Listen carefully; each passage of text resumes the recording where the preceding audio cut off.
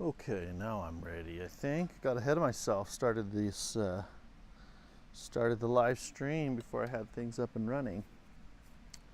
At any rate, this piano is okay. Last night I stopped the stream where I thought I had it pretty good voicing, and it sounded beautiful. And on the tone, when you record a piano that's a little bit on the mellow side, it usually sounds good. That's only one half of voicing. The other half is the response that the pianist gets as they play. Do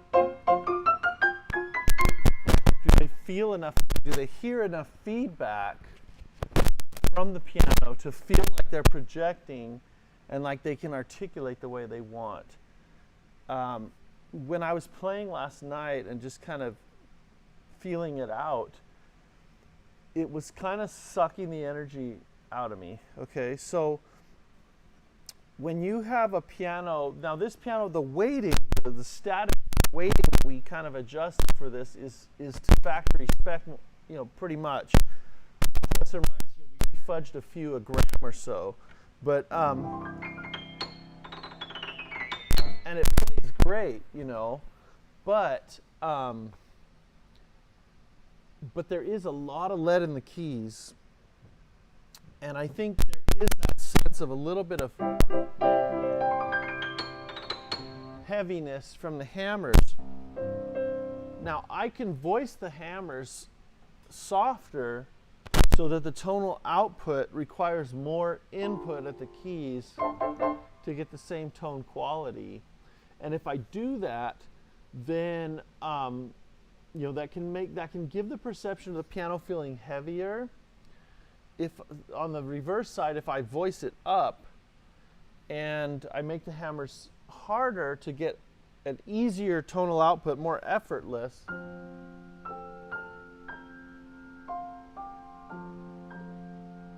now it's on the side of I need to exercise a little bit of control to bring the tone down to the velvety tones.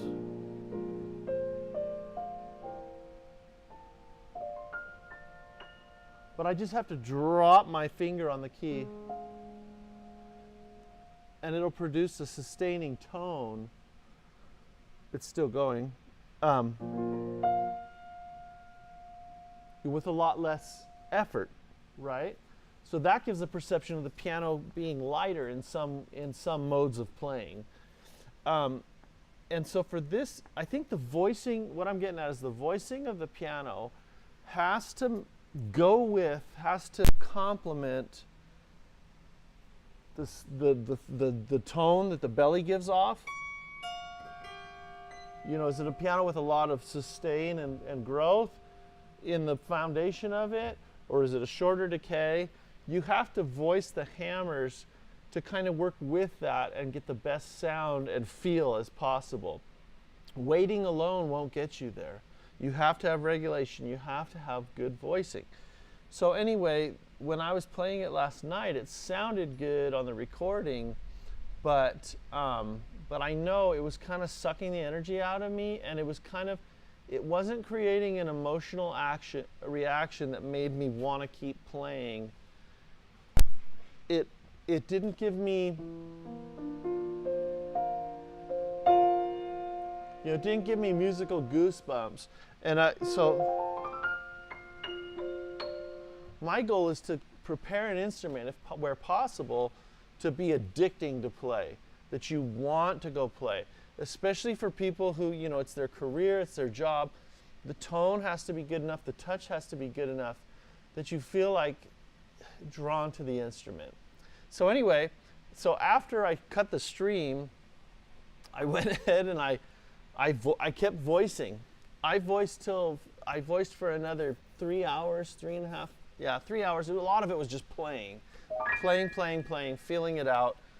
I went ahead, I did a drop of paraloid on every single string groove. I did it again in the bass where the single strings are. I did it again and again in areas here in the 6th octave until I felt like I had enough power and balance of tone. And it felt like instead of kind of walking through the thick grass or mud, it felt like I'm up on top of the water skiing, you know? And it's that kind of a feeling. And I think this piano needs that. And it also turned the piano into a monster, like a legitimate monster, you know?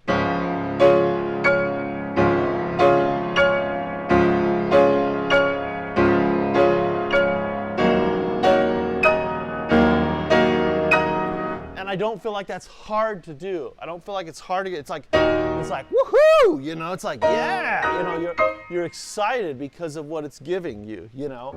So I hope that did. So, you know, for chamber repertoire, no. But this is going in an auditorium that may or may not have great acoustics,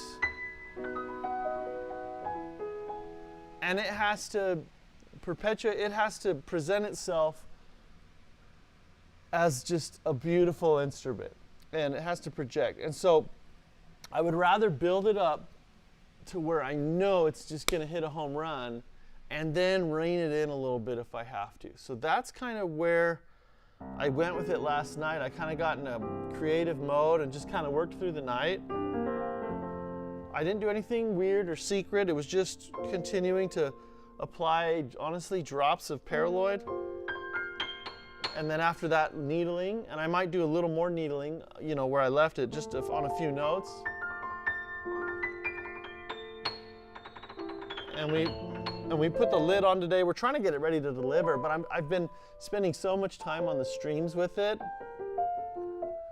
I'm just drawn to the piano. I did find out an interesting thing also, kind of a historical family connection. My wife's grandmother lived in the town where this piano was in the high school there, and she went to that high school. She was very musical. Her husband, they both were there. They're both very musical, loved the piano, played piano, taught piano, you know, lived, breathed piano.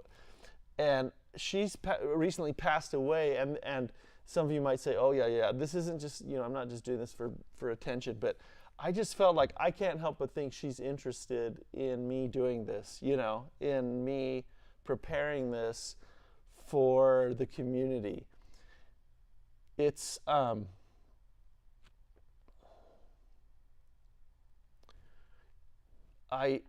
don't normally get that connected to my work, to the pianos I'm doing, and so this has just been a thrill for me. But anyway, so I love this piano, and I put on the title, piano or customers piano envy. That's the ultimate goal. Like I wanna, and I feel like I do hit this a lot, where it's like, oh wow, I wish I had this piano. This customer's so lucky. It sounds so good. I just want to play and play. If we can reach that point with the piano, if it's realistic, you know, based on the piano and the materials we have, then I think we should do it. If it's within our grasp and it's within the scope and scale of the project, and people have the resources to, you know, to make it happen, let's do it if we have the skills. Anyway, enough of that. I want to keep working on this, but this is where we're at. I'll just play you a little bit.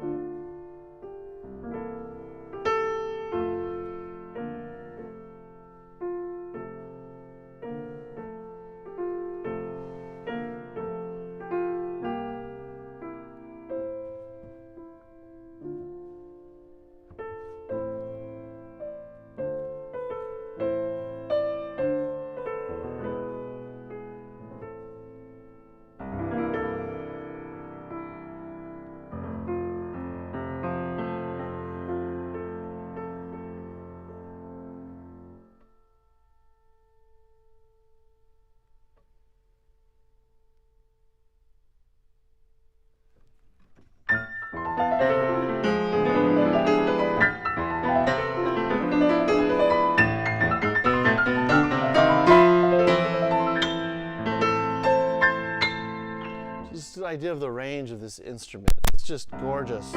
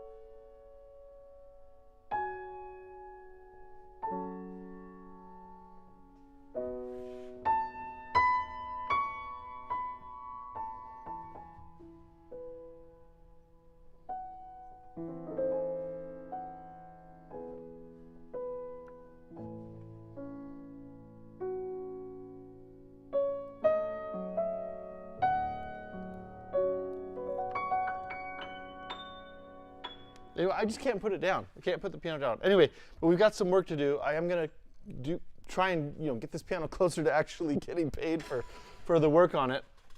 That gives you an idea. There's a little bit of buzz because there's a spring for the lid. But it's not going to be there when we put the parts together. But anyway, I'm going to clean this off. Then we're going to do another fine tuning with, I'm going to use Piano Scope. I'm not going to mess with it. I'm just going to turn the settings on and do a tuning so we get a real good idea of how that turns out. I'm not going to tweak it my own way. I'll just let it be what it is. And then I'll play on it, just refine the voicing, and then I think we'll call that good for today. So I'm going to go ahead and we're going to start cleaning this puppy out. I should probably check my camera battery, how we're doing on this here. Let's see. I think we're okay for a little bit. And I think this sounds good with the chat and everything. I should probably hop on my other phone, right? So I know who's around and what's going on. We can check comments and all that. So let me grab that wherever I put it. Okay. Oh, it's right here in front of my face, of course. Let's jump on here. Oops. Okay. Let me find my way to the stream.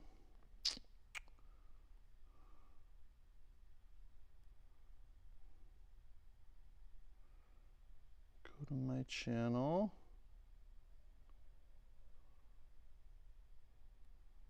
Join the stream. Skip the ads. Okay, and we're just about live there.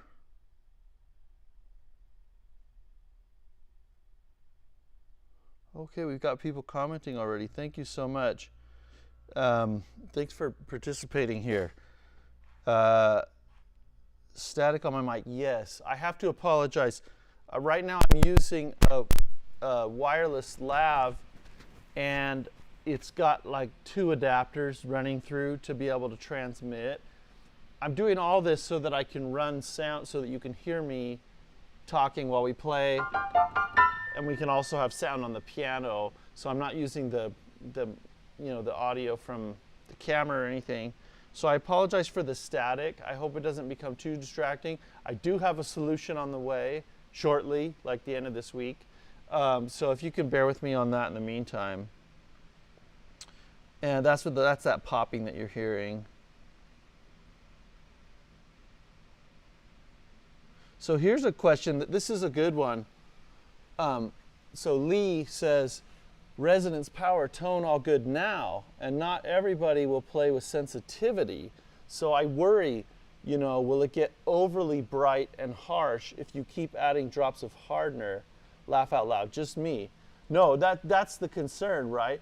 Now, I'm adding tiny drops of hardener, like I can needle past that again, and it's not so hard that we can't needle it. These are very soft hammers to begin with. They're New York Steinway hammers. So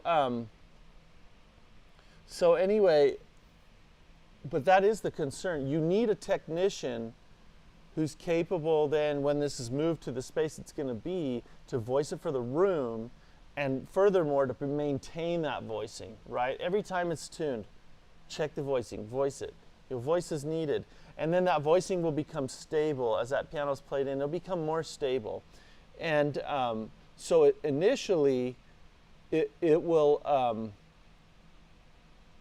it could be too strong if it was going to be neglected at this point, right? Or in a certain space. Like my shop, I know if it's big in here, and it goes right to the walls, but it's not overly bright. It's a nice tone still, and it goes bam. So I know in the biggest hall it would project. But I'm not going to be the one maintaining it. I'll probably hopefully get on the phone with whoever will tune it and just explain to them, hey, if you don't have a chopstick needler, buy one, maintain it. Just tell them, hey, just poke it as needed. And then it's out of my control. It's just up to them. But I know it's addicting to play right now. How can I not go for that, right? If I go for something that sucks the energy out of me, or is just kind of, I'm pretending that it's good just because it sounds good on an audio track, nah, I don't want that. I want it to be an experience, right, in the playing of it. So that's a great comment though, Lee. Certainly I wouldn't want to load hardener in the hammer deeply, where it's just completely, you can't do anything with it. It needs to be soft enough still you can needle it. Don Pryor says, sounds like you nailed it, great sound. He says, Lee,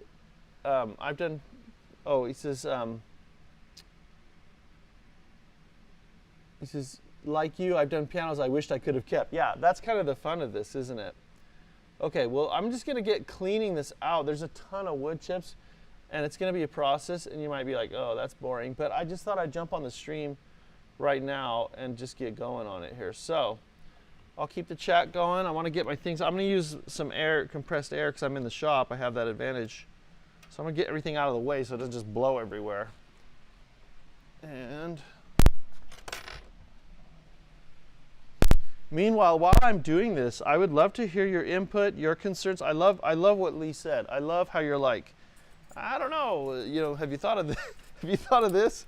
This is what I worry about. I appreciate learning, like, what do you worry about? Because, there's certain settings you do have to use, like, experience and skill and judgment to know, is this going to be over the top, right? This piano will push towards a Yamaha power, if it's not reined in, based on what I've done. But I think with the weighting of the keyboard and everything, it matches it. It matches it really well. It just goes with it. So, and the other thing is this piano, I believe this piano will coax people to play with more feeling because they can, because they have the comfort and safety of knowing I can play down here in the very ethereal pianissimos with the confidence of knowing I can have contrast in my performance with enough power later on. So, Lee says, how come I started with such soft hammers? That's just the way they are. The New York Steinway hammers are meant to be softer and then built up as needed. Other hammers start with plenty of hardness and you have to soften them, bring it down to where you want, right? It's just a different approach. So, and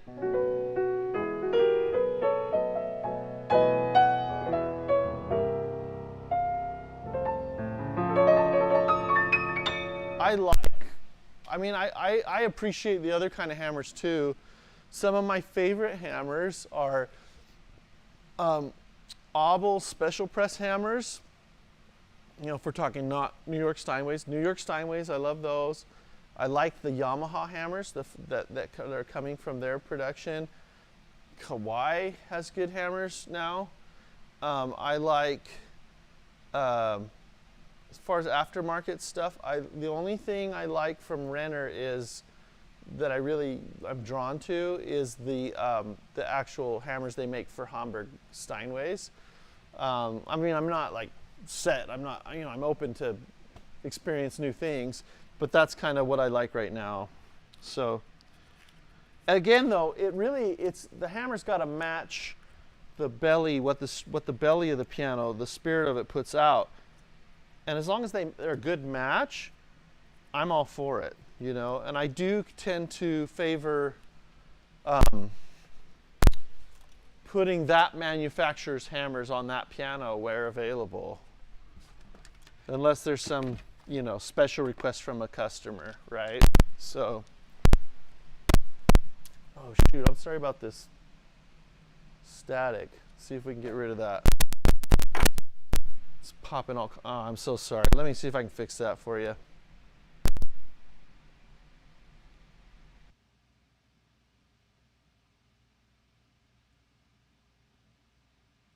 See if I can get this better here.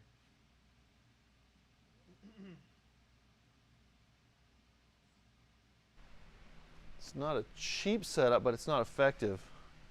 Okay, if I move around, darn it, it's popping, isn't it?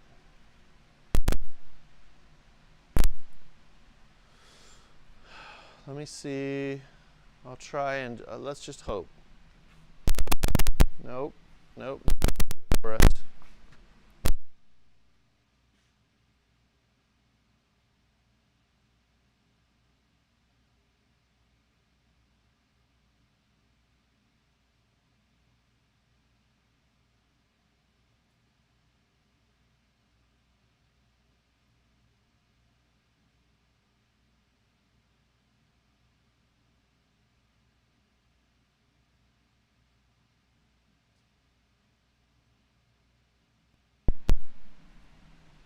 Okay. Let's see if I move around here. I'm just testing this out.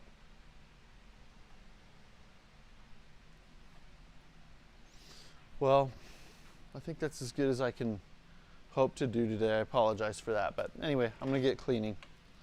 So just don't turn up your volume too loud if that pops in your ears. I don't want to cause someone hearing loss.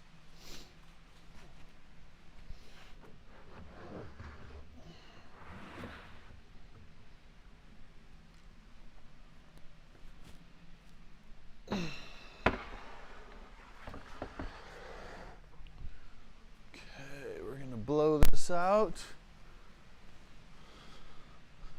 And I have to work around my mic because I got my piano mic in, I think, what's like the ideal position to get the same tone as best as what I'm hearing here, you know, as close for you as I can.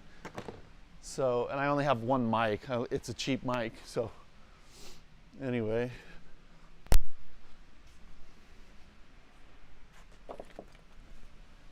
So I'm going to blow this out first because there's going to be a lot of shavings. This would have been better to do before putting the lid on, but another employee didn't see that right off, so they started putting the lid on. So it's on. I'm not going to move it at this point.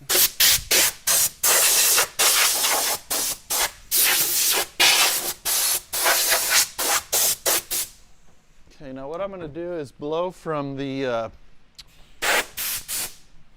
if I blow from this side out,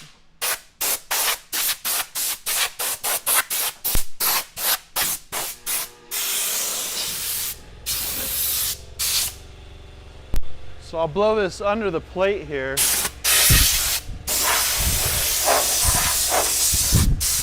And I want to work stuff through and then bring it back the other way on the soundboard.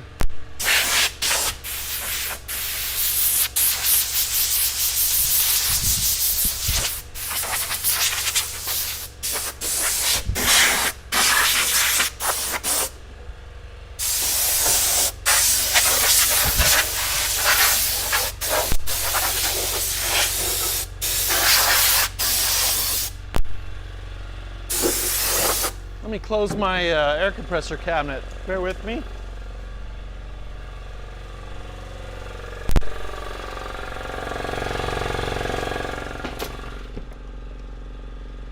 Yeah, that should be a little better anyway, with that closed. Okay.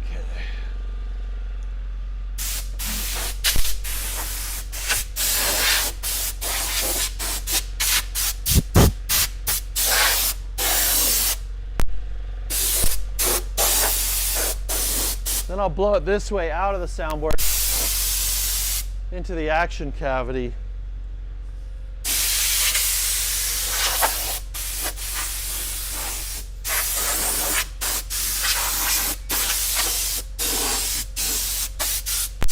And get it out of the tuning pin area.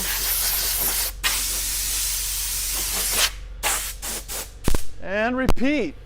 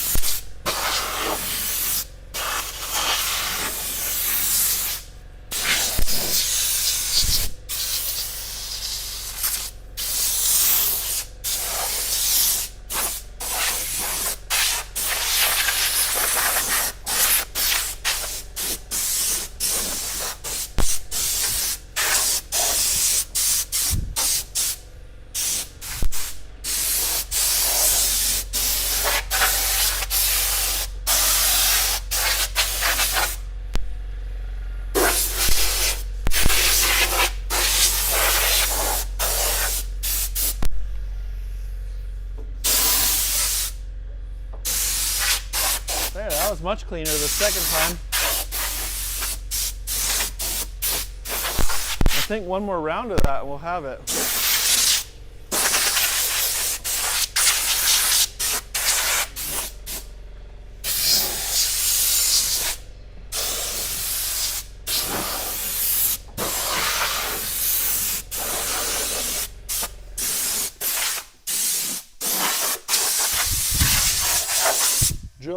Drilling the pin block leaves a lot of shavings in the piano kind of perpetually, but anyway.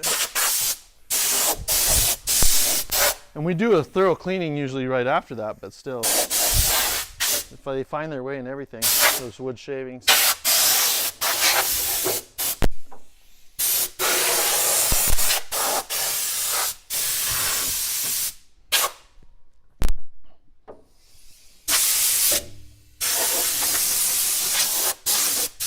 Good, I hardly saw anything come out that time. So that wasn't too bad actually. To get the bulk of the stuff out.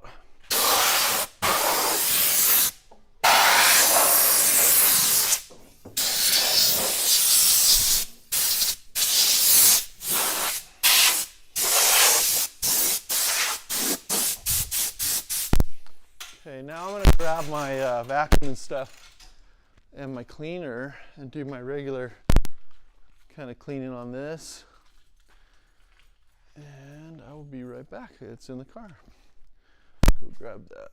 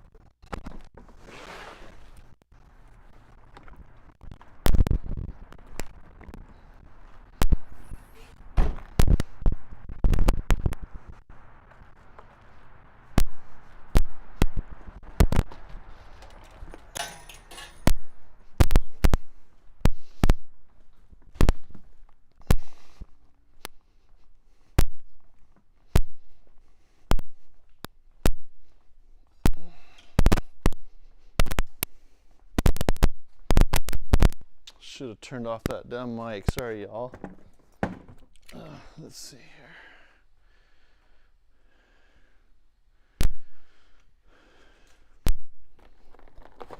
Okay. Gonna do our regular, kind of our regular cleaning procedure now, like we do in a home. Now that most of the dust is gone.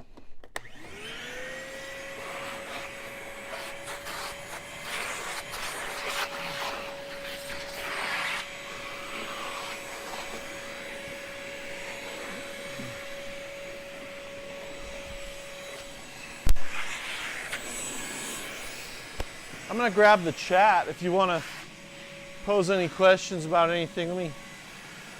Here it is.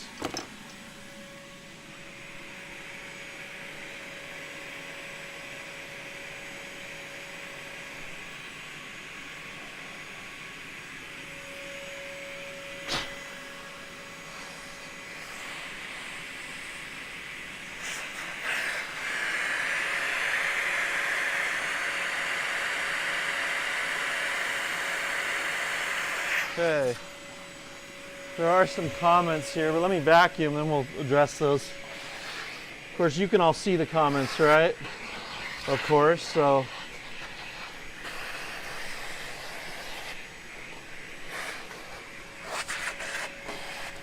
Bacon felt. Lee likes bacon felt. I like bacon, just straight up bacon, but yeah, I know what you mean.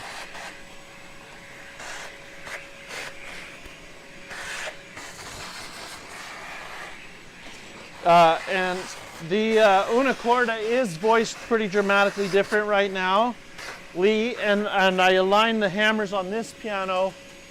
They don't miss a string, so you're not getting a difference by missing a string. They're just voiced differently. That's one of the major parts of my voicing. If you check you can see earlier streams where I've done that, for sure. So definitely going to get some touch-up done on this piano. You're going to need it. It was refinished in polyester, of course. And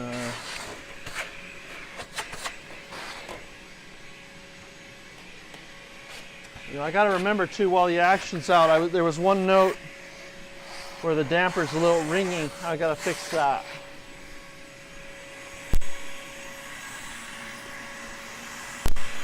I don't know and then as far as the static bags, I don't know if I have a bag like that. I think I know what you're talking about.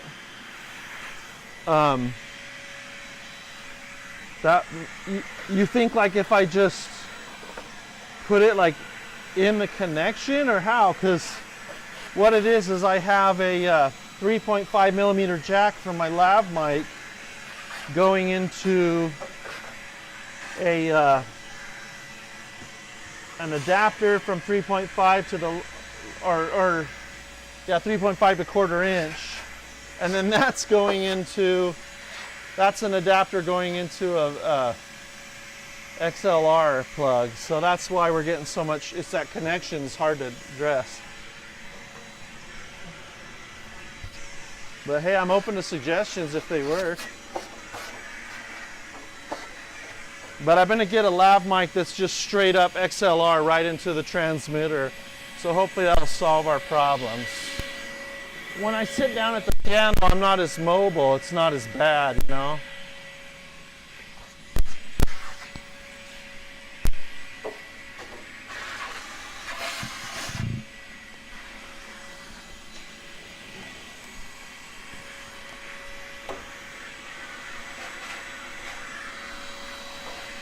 Thanks for the suggestions, though.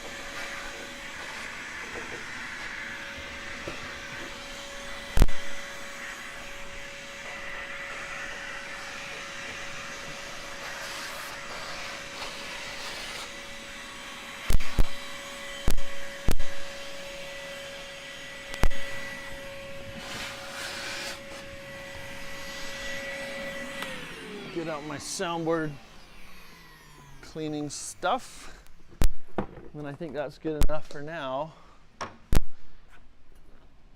Okay.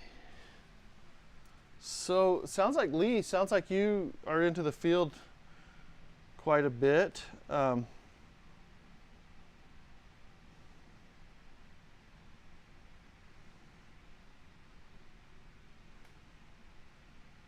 see.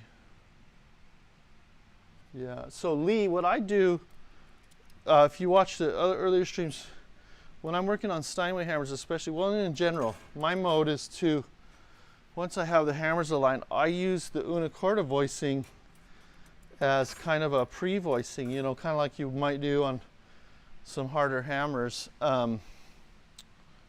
So I'll do that first. Well, I mean, after I've hardened the hammers, I'll harden them up, I'll build them up to where I feel like I've got the tone that I need.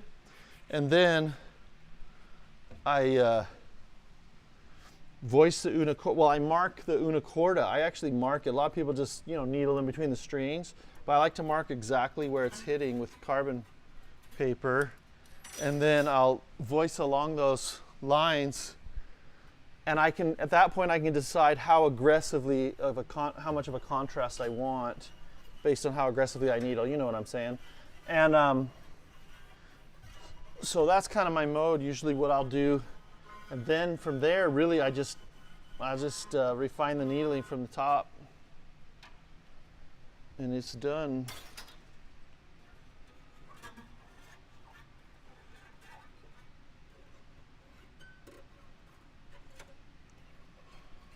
And I'm not the kind of person that feels like a piano, like there's only one way to voice a piano, you know. I feel like different settings call for different things, right? So, oh, Lee's saying just the plastic to wrap the mic itself, and for the jack connections, and then I could tape them with electrical tape. Yeah, it's weird because it's not like they're loose. It's static, like within the connection between the metal, it seems like. So anyway, so I all I can do at this point is just apologize, and we'll get a better solution going forward. All right.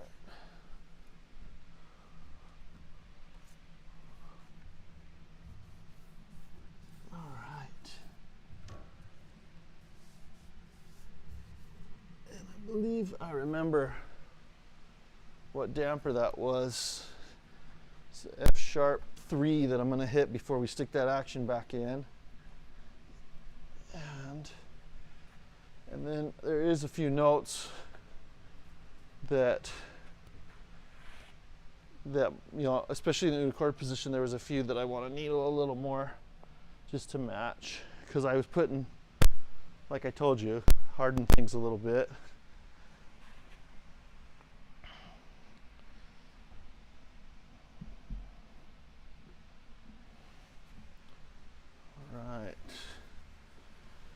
Of course, the shop's super dusty. You know, we have a dust collection, but it still gets dusty. But maybe I can close the lid on this and save us some work right before it gets put onto the truck for delivery. Okay. All right. So we got that dusted off for the most part. Let's get into tuning it. And then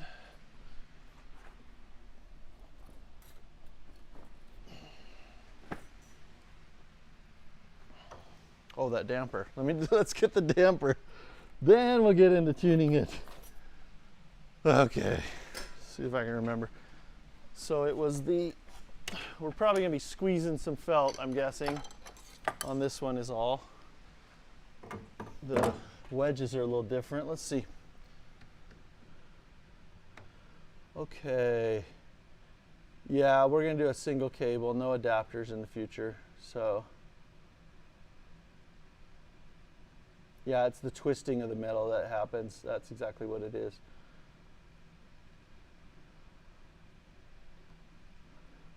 Lee says, seriously thinking about shipping his piano long distance to give it the royal treatment. Yeah, I mean, we're geared to do that. if you want, but I don't know how far we're talking. Let's see, Lee says, or Dawn says, do you do refinishing or farm it out? I farm it out. There's a company locally nearby to me that does the finishing. We do some in-house. We can't handle a 9-foot piano in our booth. It's not big enough. And it's not in-house really. It's a contractor, but he's here a lot of the time. I'm blessed that way. And the two are actually brothers. The one who runs the other company, and then the gentleman who refinishes in here. We'll do things like stripping out, stripping parts, prepping them, and things like that. But I don't have any expertise in refinishing, and probably never will. Okay. Let's see. Here is. Lee says, oh, there's our little kitty cat from the camera stopping working. I asked my tech to go over the una corda, the shifted distance, for compositions that ask the next strings of higher, the higher notes be struck. So you want that sound, you want that dissonance, the dissonance of the next note being struck. You know what? Just get a Boston grand piano from like a little while ago, maybe 10 years ago, and then just play on it a while, and the screw will mash in there, and voila, you'll have what you need right then. Sometimes, some pianos can do that easily, but sometimes, depending on how the hammers are aligned, right, it's not as easy. So there's a couple things I saw I wanted to tweak on this.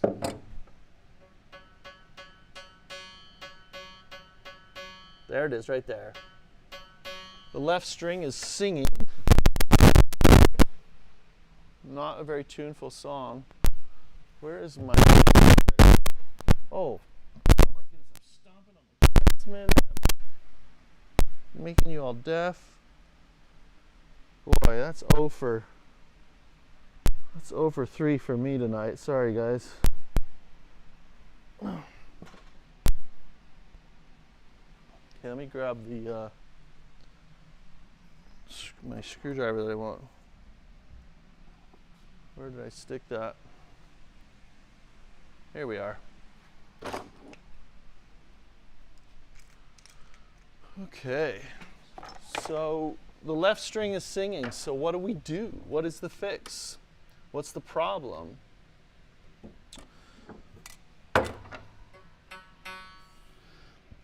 The problem is that the damper felt is not coming in contact with the left string very well, right? Or enough to make it damp. Let's see your view here. Right, so we got this wedge in the front, there's a flat in the back on this piano, that's the design there. So if the left string over here on this left side is not making contact with the felt, we need to squeeze the felt on the right side to make it skinnier, so the damper will seat down a little farther and make contact then with both sides, okay? That's the theory and the goal. And I can see that the right wedge is definitely a little fatter, just looking at it visually. When you squeeze it, the felt gets longer, right? I'll show you this now in slow-mo since I haven't shown this very much. See now the felt on the left of me is it's skinnier, right? Longer. Lost my train of thought. And so what happens now, I can trim that, but what happens is if I trim that flat with the other one, it actually can puff it out again, and I have to squeeze it again. So it's kind of a cyclical thing that you might want to work through if you're doing this kind of work. Sometimes I don't trim it, depending on how long it ends up, if it's not a big deal. Okay. Let's see here.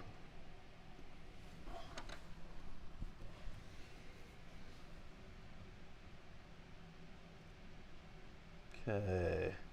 I also realize I'm like shouting at you. I probably don't need to shout at you, right? I've got a lav mic right under my throat. Sorry about that, everyone. Okay. So now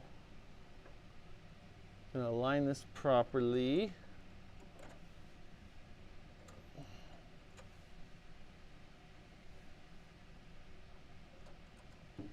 Now let's listen. Now I have both outside strings singing, right? A little bit. Or really it's more the right side now, like I squeezed it a little far, right? Well, that's not a big deal. We can fix that. What I might do on that right felt that I squeezed, I'm just gonna trim again, just a little bit. And kind of squish them down a little fatter again. And then I'm going to get my razor blade and slit the felt in the middle there. I just need a blade to work with. Let me grab that.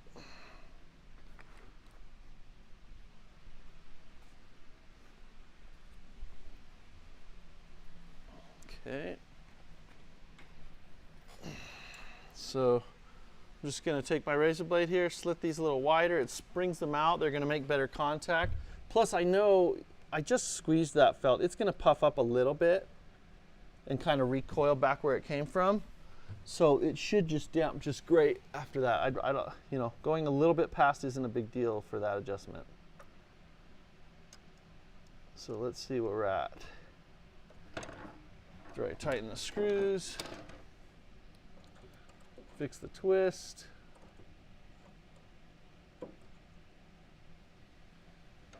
Okay.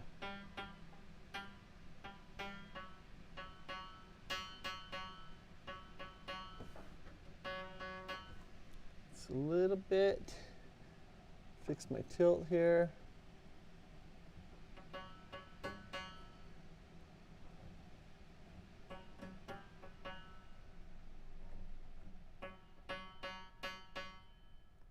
Fixing my front to back tilt is what I'm doing.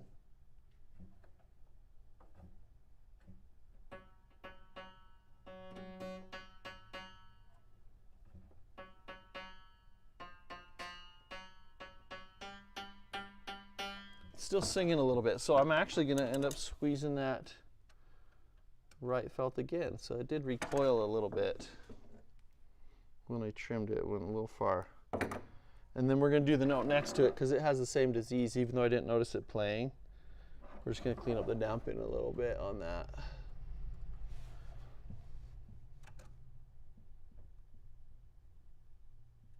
Okay, let's see here.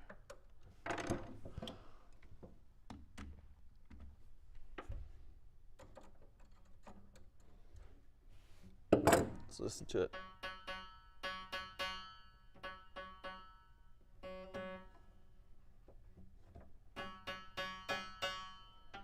Okay, I think that one will be fixed. This one on the right.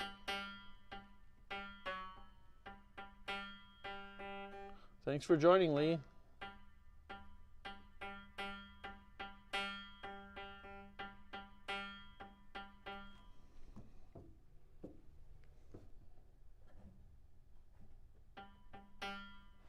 So this one's jumping a little bit off to the side, to the right side, and that might be the cause of the left string singing. When so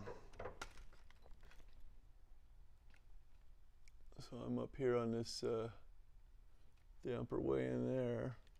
Anyway, when I lift him really slowly, just jump in a little bit to the right side. So I think the twist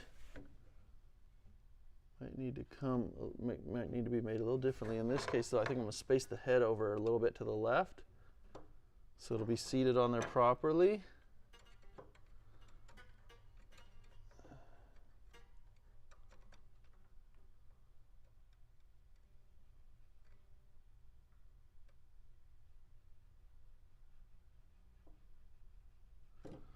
All right.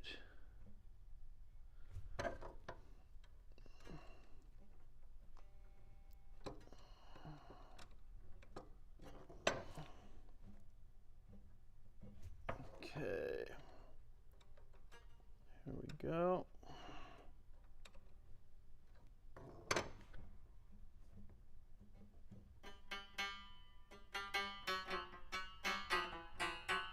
Okay, I think that's better. I think it will do the trick.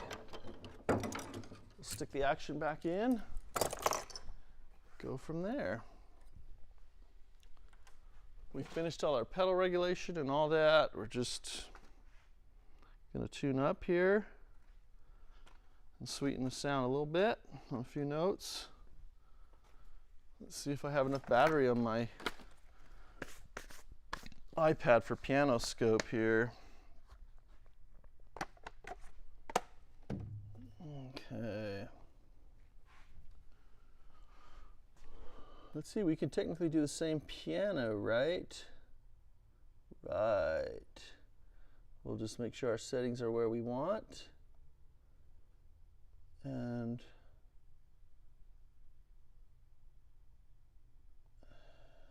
that's what I want in the styles. I've liked the octaves pure setting for the most part. Just love the clean sound. Now, I didn't write the program. I don't know the work ins and outs of it, but my understanding is by ear, when I'm playing, and I'll show you, when it says octaves pure, that doesn't mean it's tuning like a pure 2-1 octave or a 4-2, you know what I mean? But we'll give it a listen. But to me, it's making the octaves sound very, very pure. So it's tuning them as pure as possible as a compromise between the different partials that are coincident in that octave.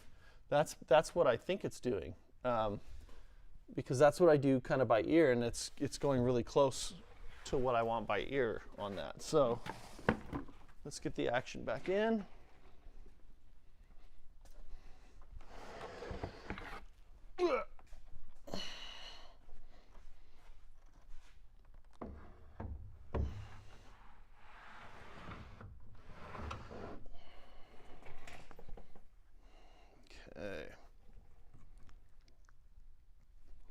Hurt my fingernail, it ripped it.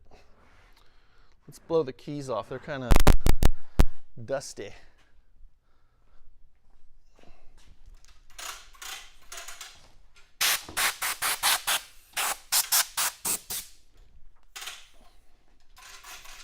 All right, what do I need? Tuning hammer, some mutes, right? Let's get it here.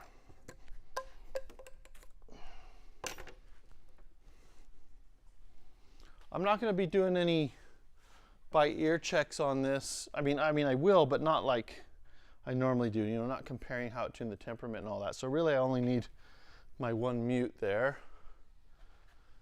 and my tuning hammer. And I don't even know where I put the temperament strip anyway. Someone's dashed away with it. Okay. You know what? I'm going to put the key upstop rail on while I'm at it, and I'll show you if anyone has never seen that or doesn't know how it works. Show you what to do on that. So the key upstop rail.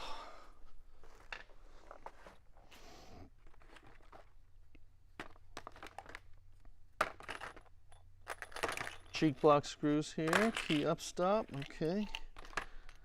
Good, good.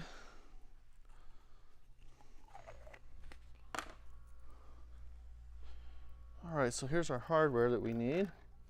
Then I'm just going to wipe the rail off to dust it off.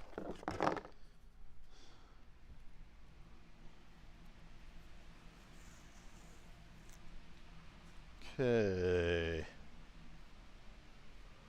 I need a rag for that. This will do.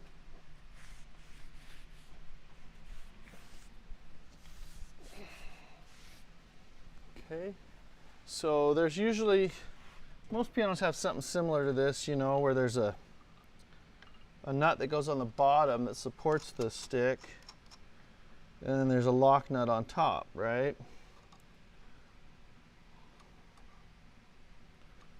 And we'll just get down here. I'm going to get you down closer to the action here. See how that does for you. Let me know if it's not good. If you want to see. Hey, also, you know, if I'm doing something, you're like, hey, I can't see what you're doing. I'd like to see that a little closer. You know, if I can fit it in with the working time that I have, I will oblige you there, you know. So just let me know what you want. Oh, my mic's like getting swallowed here in my shirt. I'll figure this mic stuff out eventually. If the holes don't match, you just turn it over. Okay, so we want it where there's some play. This is a little, we don't need that much play, although it'll be fine if we did. You want to check on the ends when it's down that it's not pushing the keys down, that there's at least a couple, a millimeter or so, and it is. So here we're just going to go to each one. This one's a little tight. It's moving the sharp, and I'm doing the sharps because the sharps, the wood is a little higher on them, okay? And I'm pushing down on that nut to simulate when it's cinched down. And there I'm only getting about a millimeter of play. It's just not quite enough for me. I'd rather have just a little more freedom there. This one's okay. I'm just going to go up a tiny bit. And this one's good. So, like, I nailed it, right? This piano doesn't have all matching nuts, but we found a replacement that's a finger tightener, which is nice. I don't mind that at all.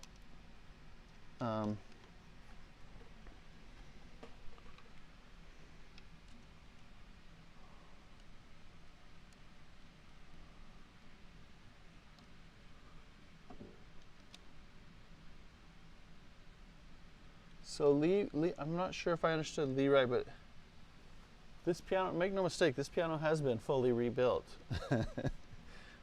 It was born in 1930. I mean, it doesn't have a new soundboard, but we've got 3 soundboards in the closet that we're going to do over the next while. So I'll be streaming that.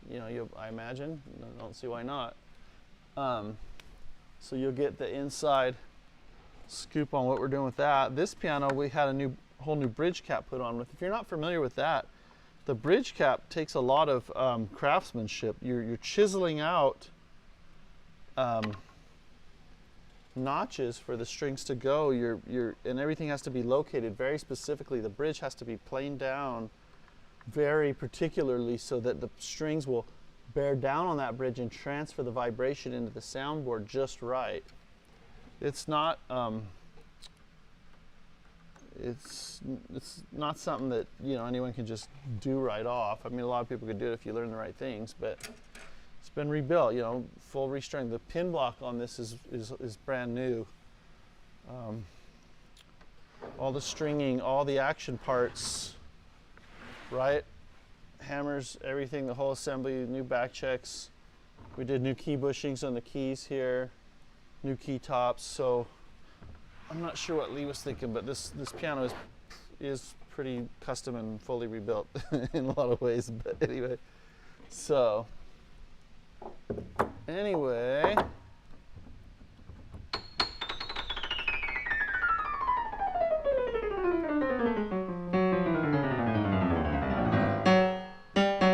it was that F sharp that kept ringing. Now it doesn't.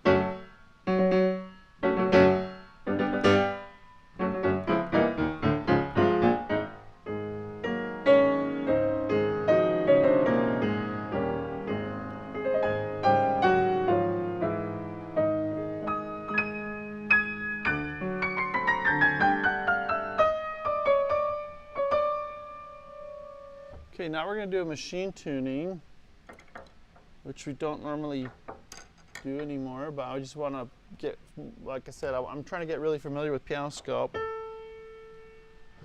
more and more. One thing that's nice, it's got the readings, it's got the inharmonicity already recorded. I can start from whatever note I assume and just tune away. I might as well start from the very bottom, right? Because I'm not going to be tuning like I do by ear, where I check the temperament, check the octaves, so I'm just going to tune it the way the tuner wants me to and see what we end up with. Let's see where our pitch level is though. Let's go to, so on here we're going to go to, this is the interface. Can you see that at all?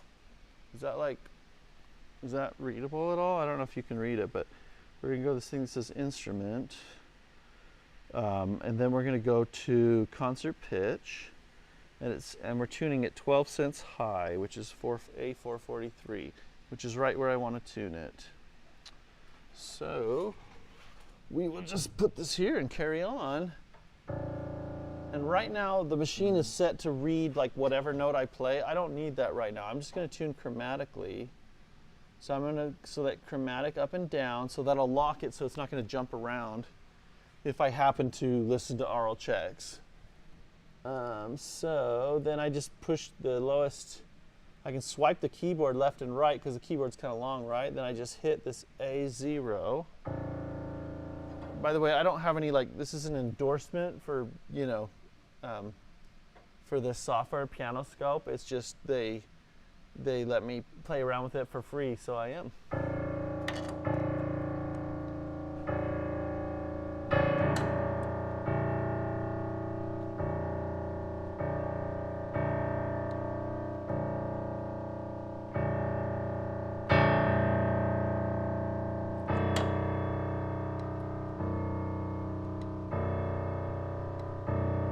Someone talked about tuning hammer technique. They said, hey, would you share, maybe you want to share some about your tuning hammer technique, right?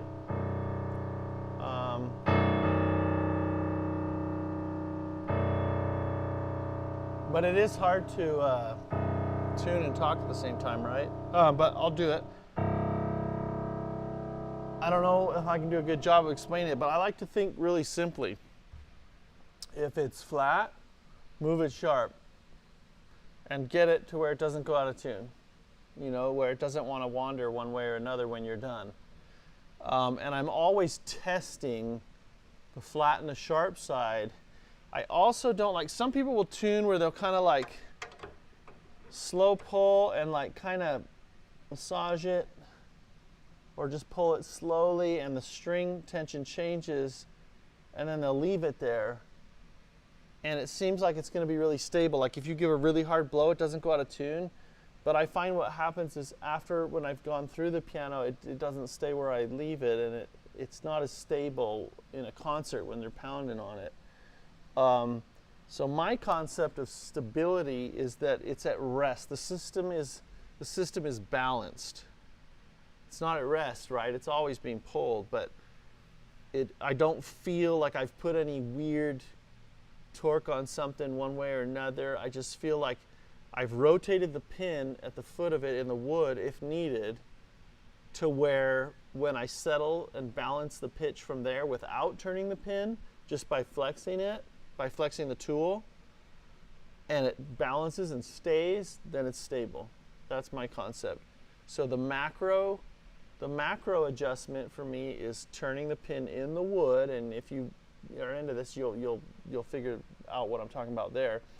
Turning the pin in the wood's the macro, and then just putting very gentle, flexible pressure with the body one way or another to kind of move the string and render it the tension differently as needed. And you want it to feel balanced, like a ball balanced on a peak, where it doesn't want to fall flat or sharp. And new tuners will tend to set it where it will actually fall flat easily, usually, because they're not used to how much force is pulling that direction. So you have to kind of offset that, right, and then it's balanced. So it's like a ball that's like pulled over the peak, you know, with a rubber band connected to it. Anyway, but basically just keep going, you know, back and forth, zeroing in on it until it's stable and stays. And also, the less time you can take to do it, the better. It'll be more stable. As far as position of the hammer, the closest you can get, I mean, 12 is not practical on a D for me. So, you know, I'll just do kind of close to that. I don't think, like, here is a problem sometimes, especially if for new tuners. You might be thinking you're leaving it in a balanced place, but really the pin will then settle up against the edge of the hole after that, it seems like. If I think of anything else specifically, or if you have any specific questions about the tuning technique as you observe it, you know, go ahead and ask that. That would be good. Sorry, let me get on the chat again here. I'm not sure what happened. I'm off the chat. I got booted. Come on, man. Give me the chat. Okay, there we go. Where does the sense sharp or flat nomenclature come from? I have no idea. I don't know. That's a good question. My first reaction is cheese, but I don't know if that's right.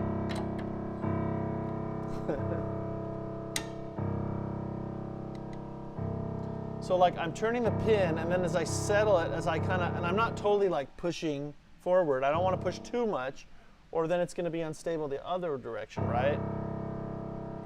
So it's just kind of where it snaps to once it kind of releases. So here it's sharp, right?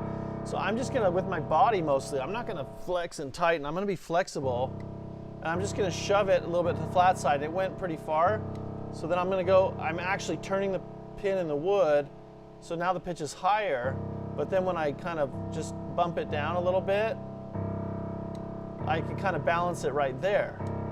Now I think that's close enough. I don't need to turn the pin in the wood anymore. Just put a little bit more pressure to the sharp side and rebalance it where you want it. So I'm going to turn the pin in the wood, settle it. Turn the pin in the wood again to the sharp side, settle it. And I think the trick is that you don't settle it too much, but you settle it enough, and then you settle it consistently, pin to pin.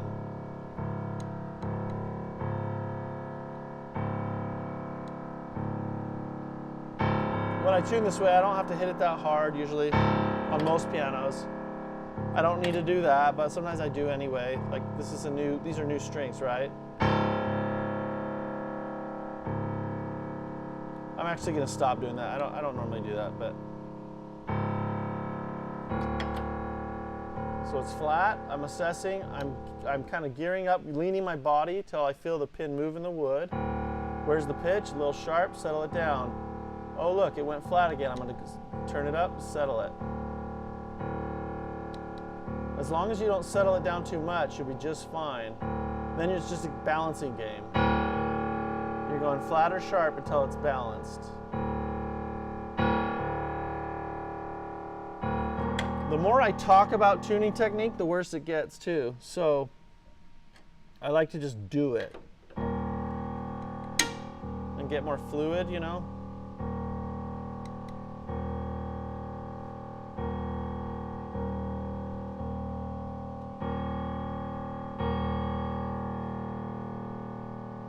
You know what? I'm actually seeing a problem with this note. I'm going to do some surgery on this string. I don't want to send it out this way. Let me show you what's going on that I don't like. The string on this particular pin, after we've tightened it and tightened it and tightened it, it's gotten really close to the plate there. I don't like that. You know, we wanted bearing here, but that's too much. So I'm actually going to loosen that string now and pull the string off and put it back on the pin after running the pin out higher, okay? Because if I do it now, it'll keep from that string thinning out against the plate. And you'll be like, well, that was dumb. Why'd you do that? Well, I'd like to see you string a D, right? Like, because the bass strings, they stretch out a ton more than you would expect. So, plus I didn't string this one, someone else did in the shop, so I can blame them. Anyway, but that's the coil I'm doing. So I'm just going to go ahead and loosen it. And this is a new pin block. It's very tight. I'm not worried that. Now, when you're loosening bass strings, you don't want to overdo it because it'll put pressure on the part that goes in the pin and it'll snap off. Okay, so I'm going to go get a little screwdriver. Here's one that'll work. I'm going to just wedge his corner right there in the becket, and I'm going to pry against the pin to help me get this coil off of here, okay? I'm going to get a string hook out of my bag of tricks.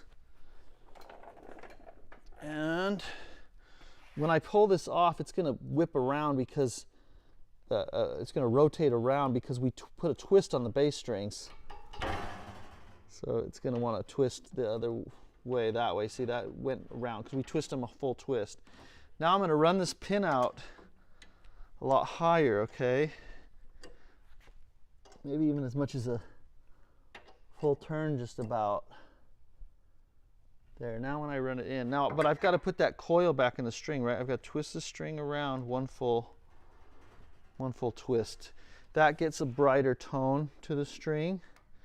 It tightens the copper winding around the string, and that's what achieves that. Use my hook to assist me here.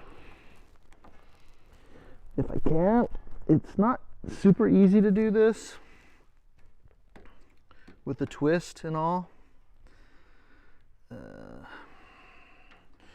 What I might do, I'm going to uncoil the wire just a little bit. I'm just going to pull the screwdriver a little bit, and I'm going to put it on the other half of the pin. So I'm going to turn the pin out another half.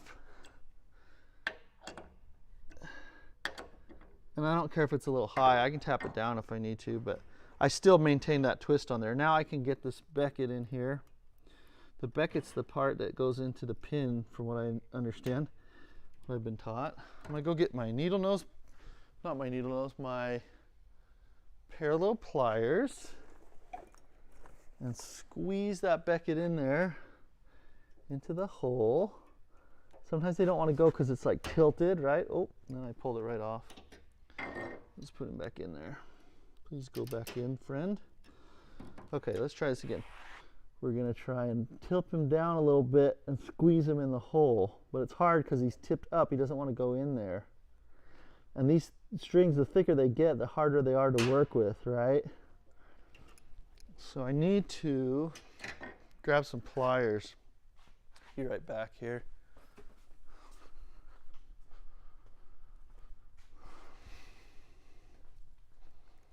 So what'll happen, and I've seen this not in a rebuild that we did, another one that I tuned after.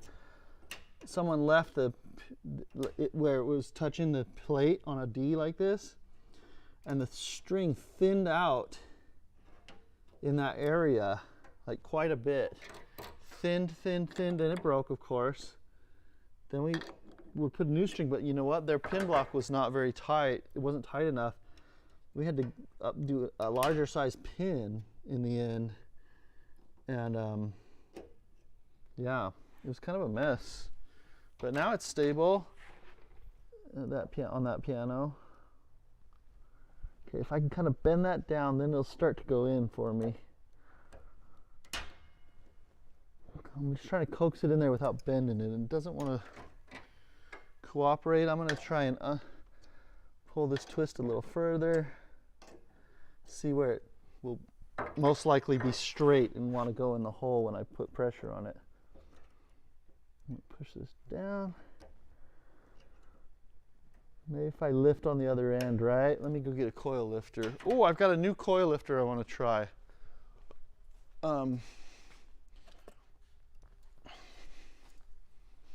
Yeah, a new coil lifter. So this is like supposed to be like a, look at that. Oh, boy, that worked. That lifted it, right? Lifted it right out of the piano. Okay, let's try this again. Is my twist still in the string? Yeah, it was still in there. Okay. All right. I was just playing around with the coil lifter. I forgot what we were trying to do. That coil lifter works great. I like it. At first I was like, how is this going to work? And it worked.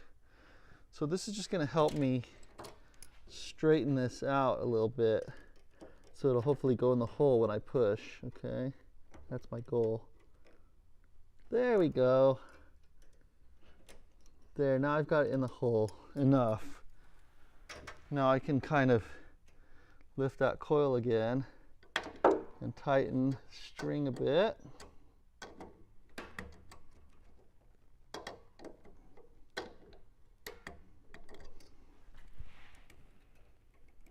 Okay, we go till it starts to get a little bit tight.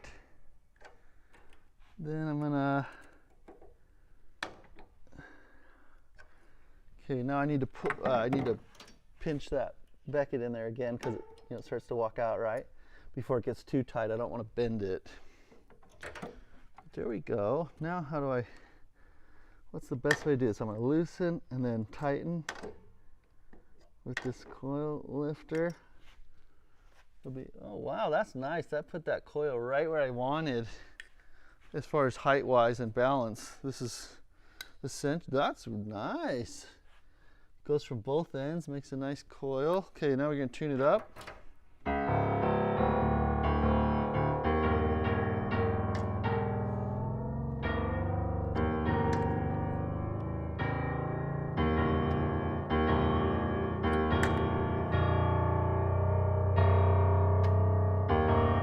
check my tail, make sure everything's in order back there before I commit much farther. And everything looks good back there. So we'll keep going. Can you hear when it's going to be right? Ba-da, ba-da, ba-da. Now it's a whole step. Well, octaves in a whole step. Ba. Now it's a half step. Oh look, I guess we have this. We can just watch that.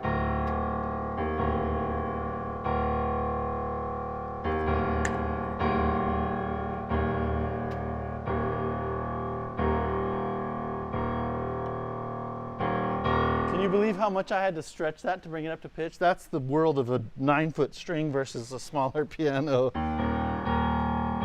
It's just kind of how they work. I'm going to give that Beckett bend another squeeze.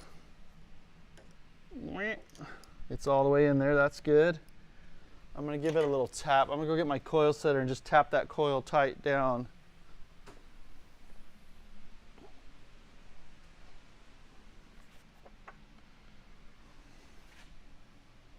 With my favorite hammer. This is my new favorite hammer. I think this is called an engineer's hammer. It's just awesome. I used it for pounding in bridge pins is what I use it for. But now I like to use it for just about everything because it's awesome. You know, that coil was actually really tight. So that coil lifter, gosh, that was nice. Set this aside here. So, all right, we'll go ahead and tune this up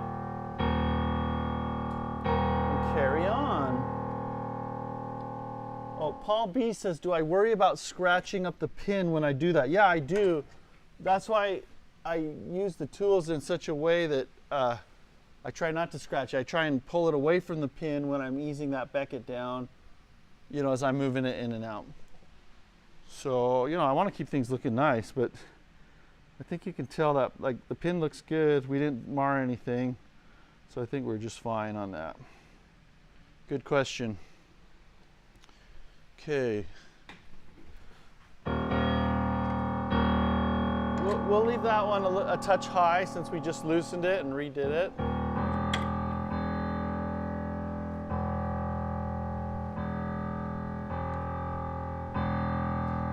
So here, even though I'm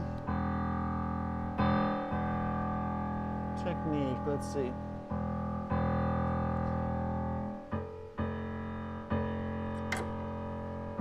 So that one I just have to settle down. I don't care if the pin turns in the wood unless I can't get it. Now I needed to bump it a little bit.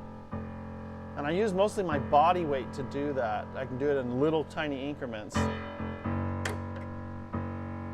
Just leaning my body one way or another, back or front.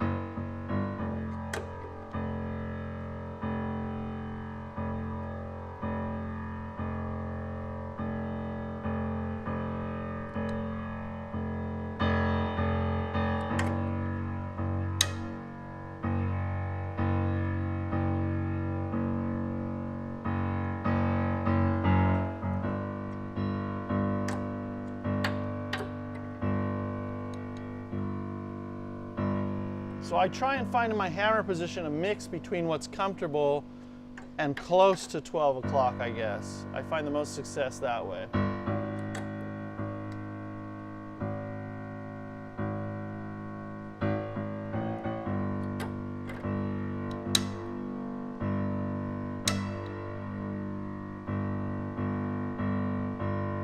You can see me testing either side, right?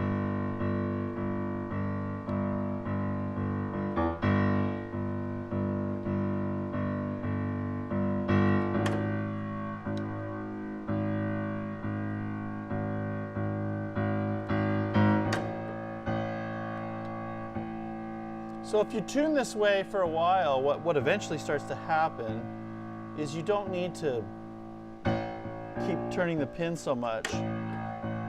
After a while, you just kind of resettle the string, lean on it one way or another, and it's done. Just kind of rebalance it.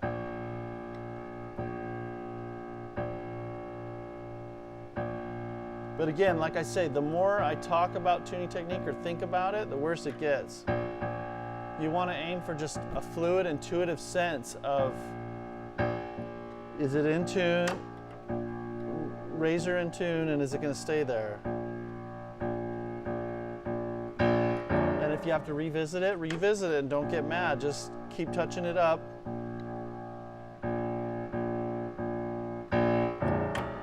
And you shouldn't be doing any monkey business with the pin.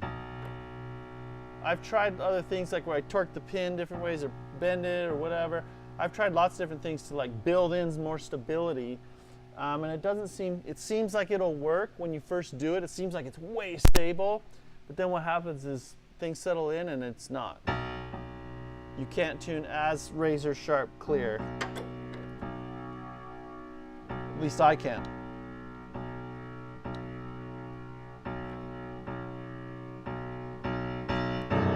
But honestly, if you focus on the basics,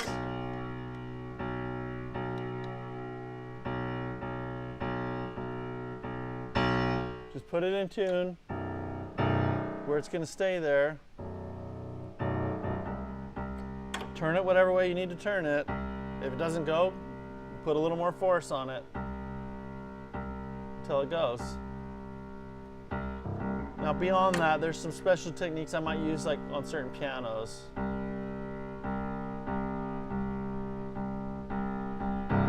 Most often though, it's just, well, I guess it's case by case. I'd have to get on those pianos to kind of be able to speak intelligently about it at all.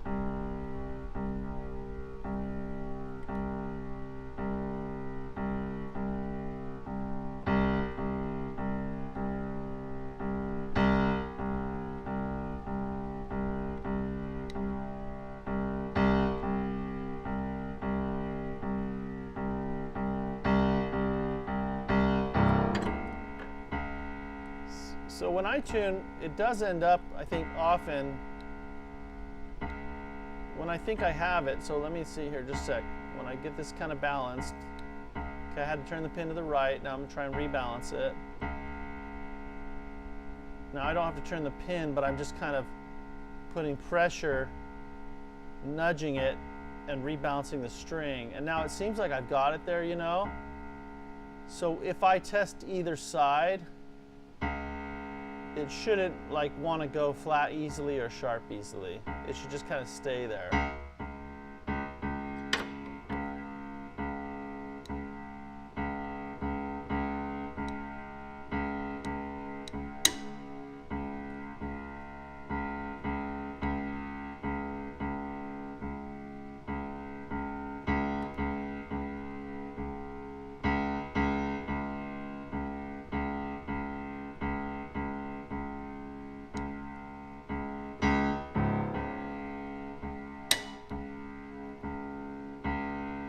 If you have jumpy pins, anchor your elbow, go like this, and just do a slow pull to turn the pin.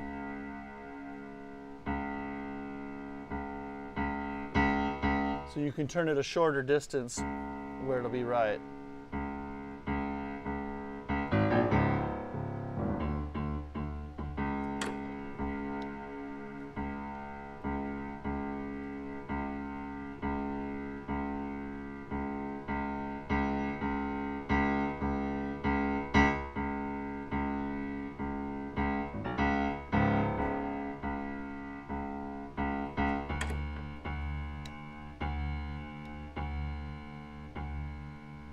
My other technique is to put like really, think of it as putting really light, gentle pressure on there and just use your body weight connected to shove it a little bit.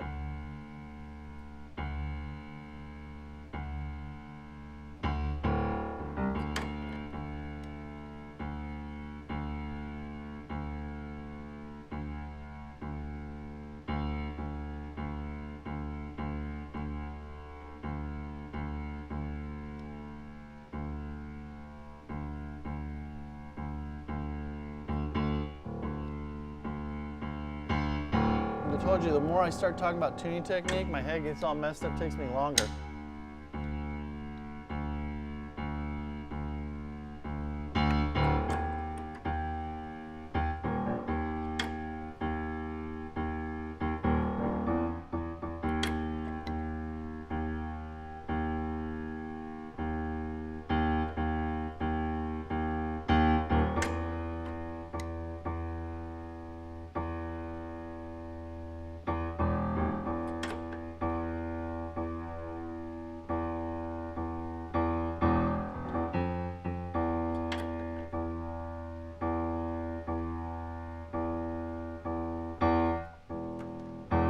all kinds of weird tools on here, don't I? Let's clear this off. You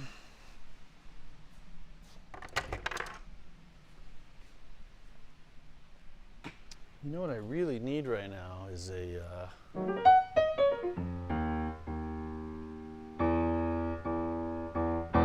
Diet Dr. Pepper.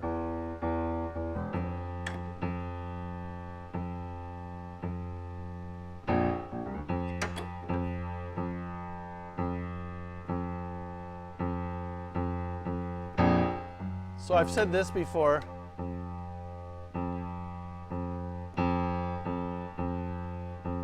And I believe it, that your earning potential as a tuner is directly related to how well you can tune unisons. So I think it's worth putting in the effort to learn how to tune unisons well. You'll get more jobs.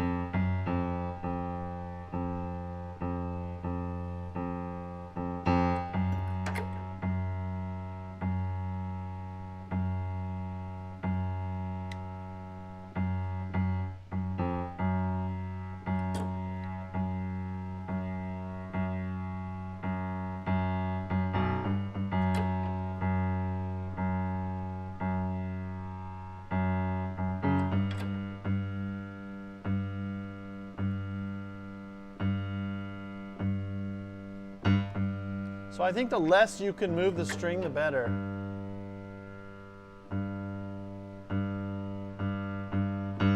You don't want to feel connected to it the whole time you're manipulating it. That's where it will lead you to, like, you feel like it's really stable, but it's not.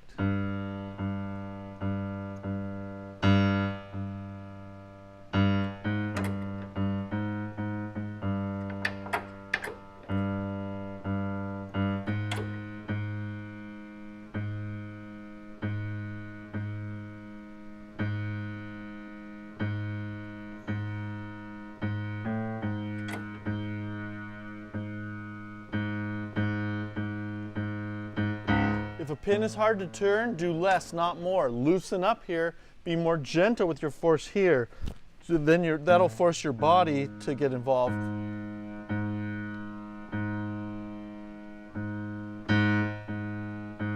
Then it seems like the pitch is just kind of changing automatically without you having to put much force at all. But it's the weight of your body behind your flexible hand. Don't kill your left hand hitting the keys.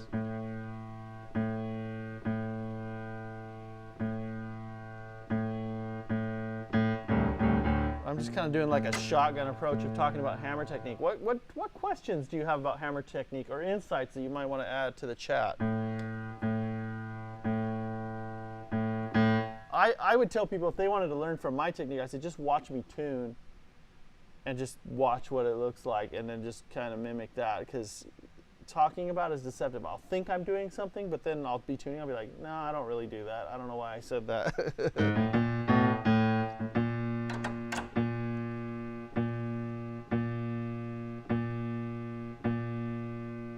Just put it on 0. Make sure it stays. Don't do anything weird.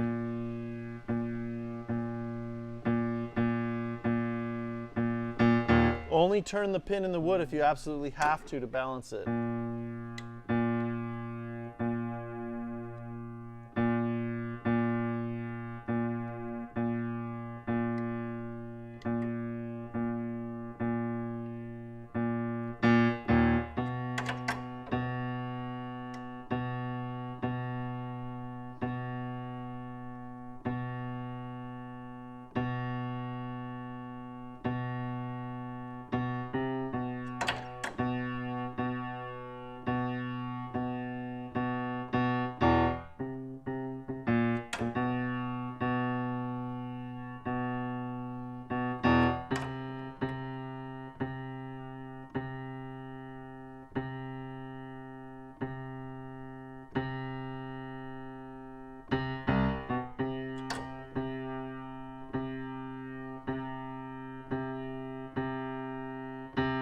So playing around with piano scope,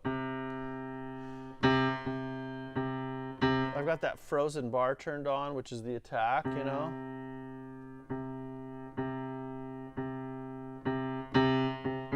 So I find with that on,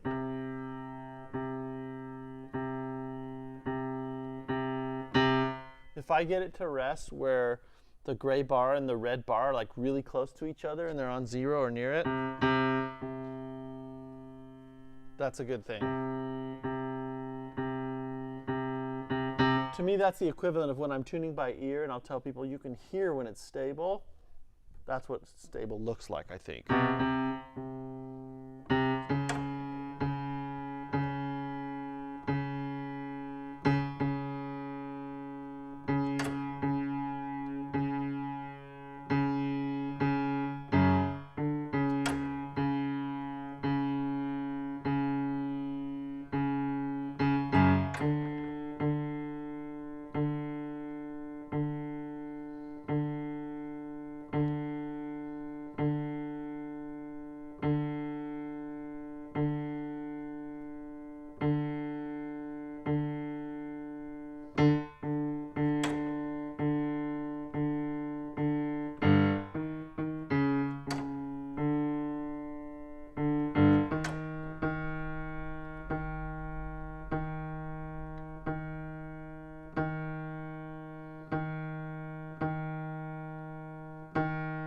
I'm all about trying to be as relaxed in your body as possible and flexible.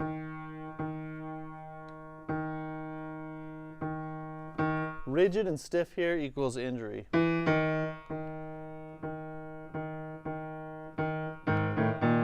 Okay, Weiler Creative Media says, how do you think the introduction of piano tuning apps has changed the tuning process? I use Pianoscope also, and only then did I really feel confident tuning someone else's piano. Yeah, I think it's made it so that novice tuners can do a much better tuning, right, initially. And I think the tuning apps open the door for you to start learning what's really difficult, which is how to move the pin and render the string and have it be stable, right? That's the part that takes as long as it takes to learn a musical instrument. To me, to my understanding, you can hear things and kind of understand tuning theory pretty quickly if you get if you get on the stick and try and learn your stuff. But I think it also though it's different though, right? You're going on a visual cue versus an aural cue. I feel like I tune, and this wasn't always the case, but I feel like I tune a little more stable when I tune by ear, and I thought it would be the reverse. So that might be a thing, or it might just be with me, with using a tuning device versus not. But that's by the same token, for years and years and years, I tuned with the device for all kinds of professional settings, a variety of settings, and it's great. So I think the technology is great, and I think a mixture. I think at heart, most tuners, or I don't know, it seems like many tuners at heart though, want the freedom and the ability to tune by ear as well, and the convenience of being sped up and not, when you need to do a pitch raise or something like that. Now, one myth is I thought that tuning by ear was slower, okay? And it turns out when you practice, it's not. Tuning by the machine's a little bit slower for me, or it feels slower anyway. So anyway, that's the answer to that. That's an insightful question there.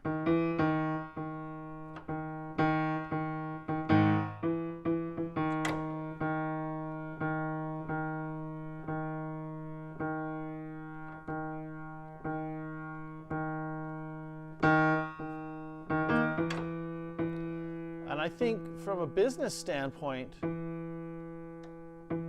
I'm all about facilitating economic opportunity for people to earn a living, creating jobs, right? I think that the tuning devices create more jobs. They put people to work in a meaningful way that otherwise maybe they wouldn't be able to. And so I think it's great.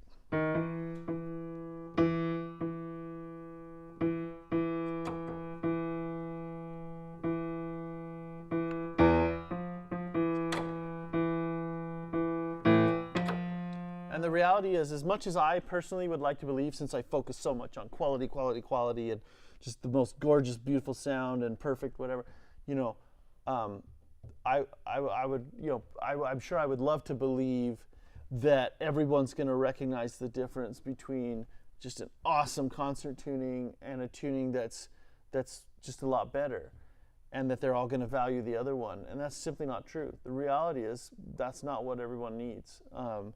Everyone doesn't need a concert tuning, and so I think the introduction of the electronic, the technology, is a good thing, definitely.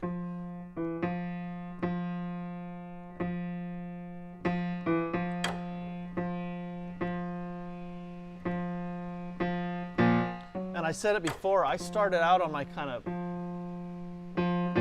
YouTube journey doing some videos not too long ago, and I just thought, oh yeah, people want to hear about tuning, so I'll do some videos on aural tuning and stuff. I got to kind of get that in, and then what I'll do is I'll advise them to just get a tuning software and get going on their career, so they can get started. Well, now in the process of doing those videos and, you know, and increasing my chops aurally and something kind of clicking for me, I have way more fun tuning aurally. But I'm not going to not have a device. I'm still going to have a software, because I have to do pitch raises all the time, right? I don't want to do that by ear. It's a pain. The piano's not going to be as stable if I do it that way. It's not going to be as fast. And so, anyway, I just think you need both today. You know, I think it's the best practice, you know, these days. I don't know. What does everyone else think who's learning? I mean, there's a handful of people here with us tonight. That's just my opinion. What do other people think?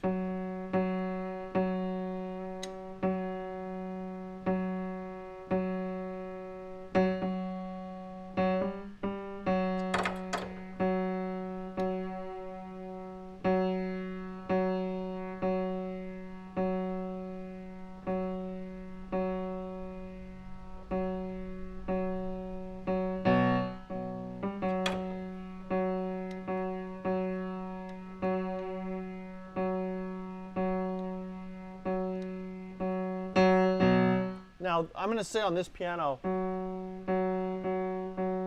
these being new strings, new pin block, it's a different animal than going to tune someone's piano that's got their piano tuned every year for years. I'm doing way more turning of the pin in the wood to try and find the optimal place for it to be stable. And then that dynamic's going to change as that string creeps and stretches out again. And that's going to happen for, you know, the first couple years. It's going to creep, and then that creep will slow down exponentially so much that it's not so much a factor, and you don't have to do so much readjusting of what we call the foot of the pin, the part that's actually in the wood where you're actually having to turn it a lot.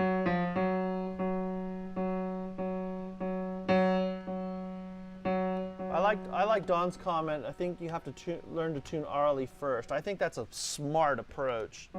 Maybe just because that's what I did, but I kind of did both in tandem, actually. I was in an employee relationship where getting paid to learn, and the agreement was kind of I would prepare for an aural tuning test at the same time they needed me to tune some pianos right away, so I was also using the software for that. And so I did a certain amount of practice, and just kind of did them together.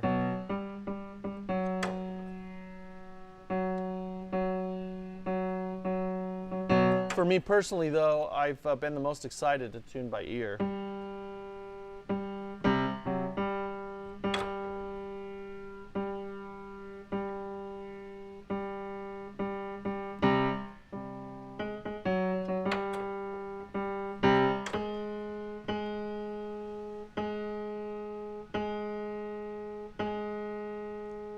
You know, with Don's comment about how, you know, you got to know how to play the piano too.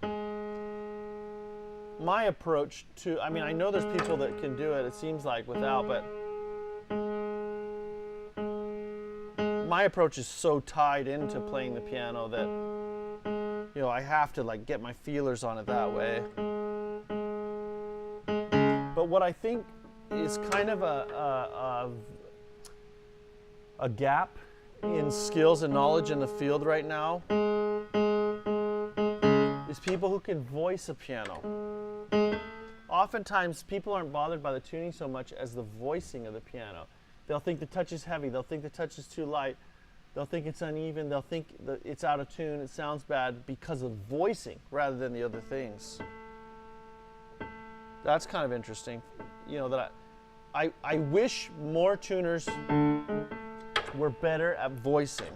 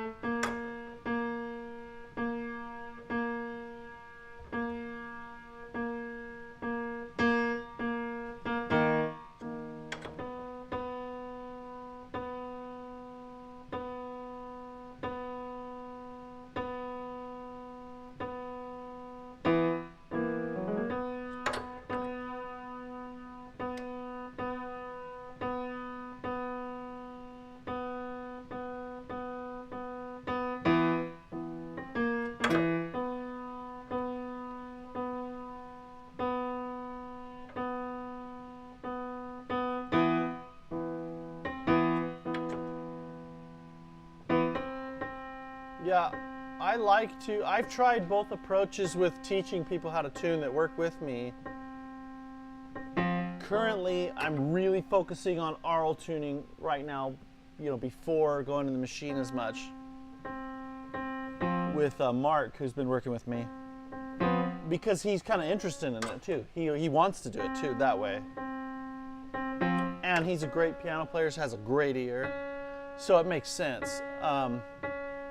Others, I've enjoyed just getting them started. Why am I shouting at you? Probably because my AC's on. You can probably hear me without yelling, right? Anyway, others, I've said, okay, well, you need to get lots of practice on lots of pianos, turning the pins and how that feels. So grab this machine and go tune 100 pianos, you know, kind of a thing.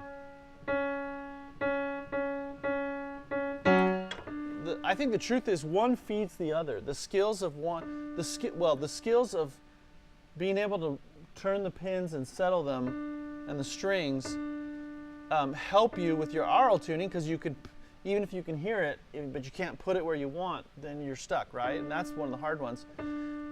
But if you can put it where you want, then you can focus more on hearing and work on that.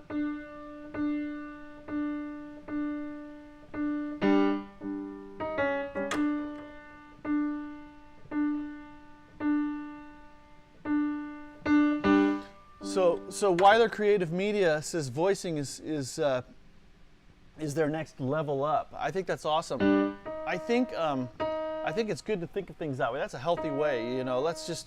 You're at where you are, where you're at, and then you're looking forward to things to level up on. That's I think of it that way too. One, if you don't mind me interjecting, just some advice with voicing is. Don't listen to people who say always do this or never do that. I think that keeps people from voicing, keeps them scared of it. I think there's people who have kind of wanted to feel more important than they really are, you know, and tried to mask voicing as some very difficult thing, and you shouldn't even approach it because you don't know what you're doing, and etc. You'll ruin the piano, you're going to ruin the hammers, you're going to ruin this, ruin that. Just don't think that way. Grab a needle and start poking around. You know, grab a drop of paraloid and start playing around in a safe environment in the right setting, and just go for it and start developing your ear and understanding what, you know, what is desirable when you play the piano, what sounds good.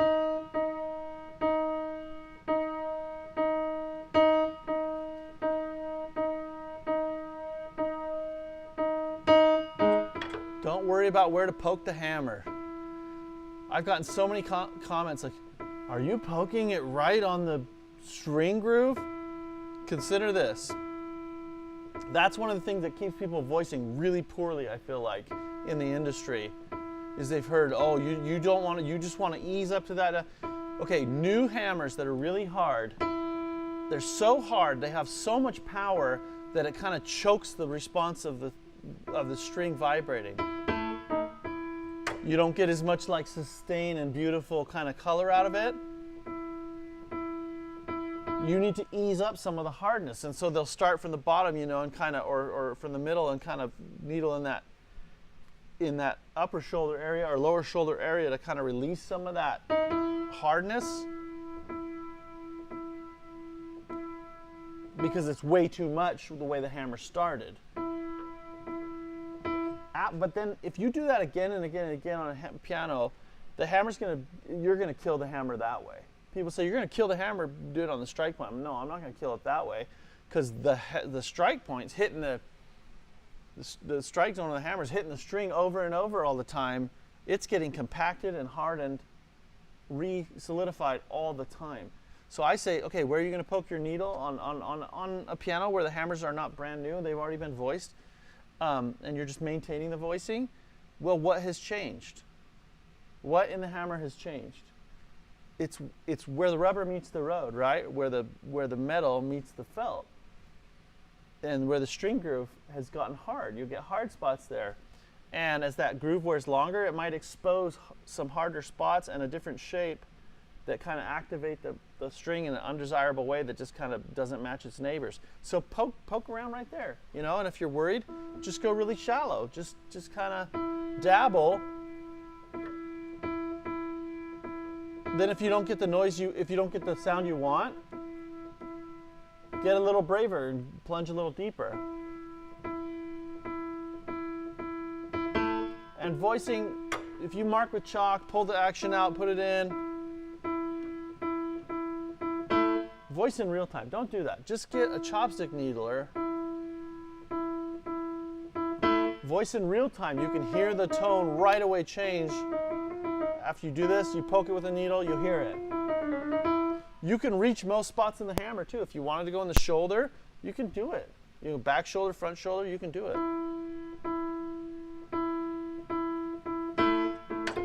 I think people need the permission to make the piano sound good. Just play around until it sounds good. And no, you might make some mistakes, but it's not like,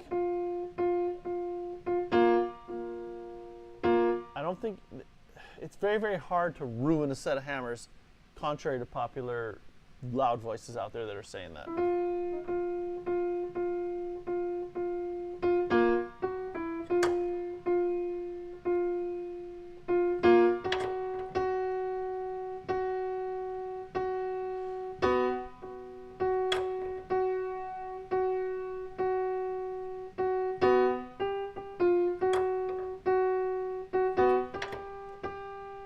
So anyway, I think there's a lot of really poor sounding pianos out there because of a lack of ability to voice and just an unfamiliarity and hesitation to actually needle in the spot that needs to be needled in order to make that hammer sound good.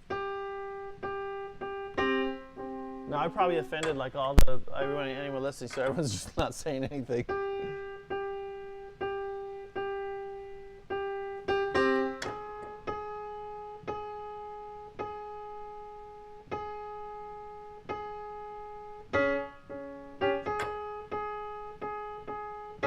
I've been doing this for 20 years now. I'm voicing at universities. I'm voicing for some of the world-class performers. Voicing for, tuning, voicing for the symphony. Concerts, private customers, people who make their living, teachers. A wide variety of settings. New pianos, new Spirio Steinways, like I've been doing it like long enough, so I'm getting pretty comfortable in my shoes a little bit more about voicing and what's good and what's to be avoided and all that. Like, I guess I'm just saying I have experience to back up what I'm kind of advocating people try.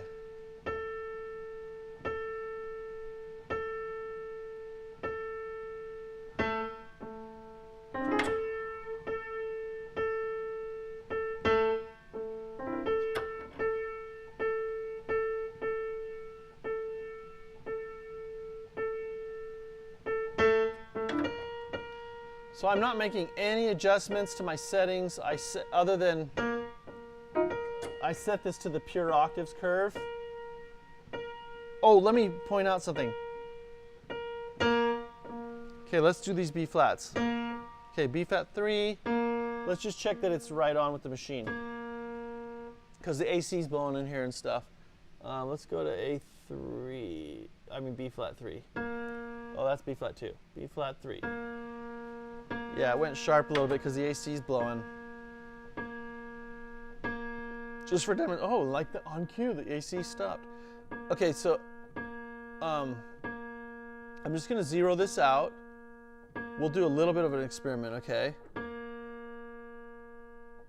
Dawn says, do you advocate voicing the sides of the hammer, and have you ever used fabric softener? I've never used fabric softener for voicing that I remember, unless it was like really early on. I don't mind voicing from the side of the hammer if it makes it sound good.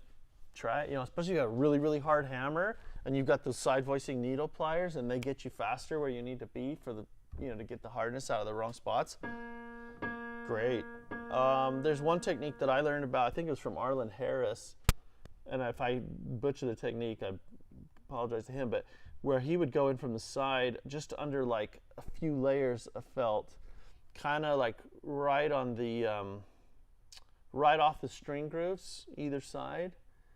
It kind of like would create, instead of a round shape, more of like a, it kind of puffs up those edges right off the string groove, and that would add like more sustain and beauty. I did that too. Some Yamaha hammers that worked great. I loved it. So, I'll advocate anything that works. Steam, I don't like that when I've tried it. It's too uncontrollable, and then things get brighter again. Like if you try them for like really hard, maybe if you had like crazy hard hammers and you just have to make it sound better and there's no other way you're going to soften those hammers, sure, steam them. But yeah, that's all I've used in terms of softening. Okay, so I'm going to zero out this B flat.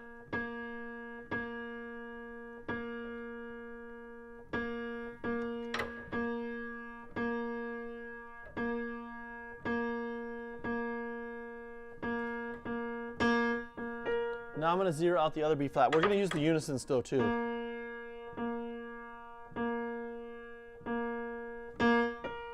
And the AC stopped blowing for a sec, so that's good. Okay, I got to move the machine.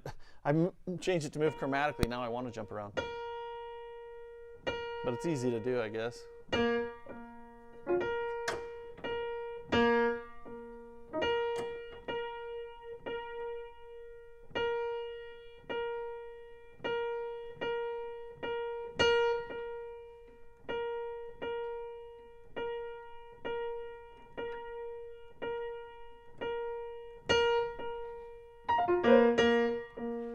Okay, this octave. It's very pure sounding, n'est-ce pas? Okay, we're going to do an octave check for a 4-2 octave, which is, right, we're comparing the fourth partial of this note, and which is also the second partial of this note, this B flat, which is at this pitch, right? We're going to listen to the beats. Like, I'll do an octave lower, right?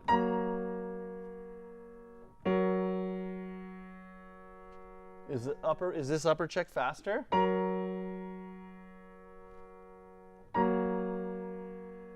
I hear it as considerably faster, which means that this is not a pure 4-2 octave, it's a wide 4-2 octave. I'm gonna get out my AccuTuner because it's good for measuring stuff. Check this out, just for fun.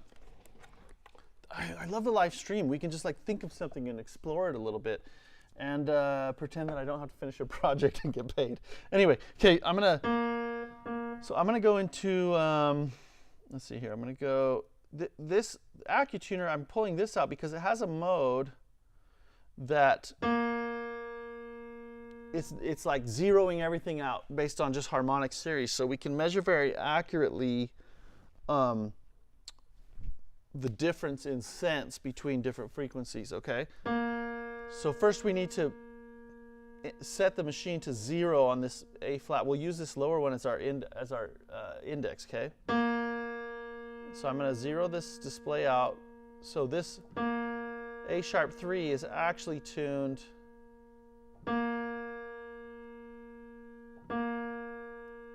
you know, 8.9 cents, 9.1 cents sharp, because we're 12 cents. We're 12 cents. Let me offset the machine here just a sec. Let's do that first, because we're tuning 12 cents high on the D, because I forgot it's. So I'm going to 0 that out. Okay, there. Now that's negative. This makes a lot more sense. I was like, why would that not be sharp? It's not supposed to be in equal temperament, right? Okay. So this is listening to the fundamental.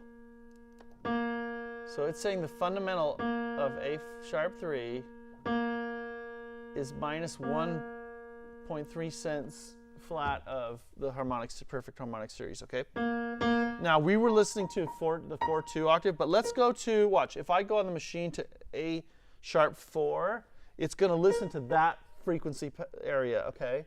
So that's the first partial of A3. I hope I don't lose you too much, okay, right? It's the first harmonic we get to, sorry, it's the second partial of A sharp 3, because the fundamental is the first partial, okay? But it's the first harmonic, right?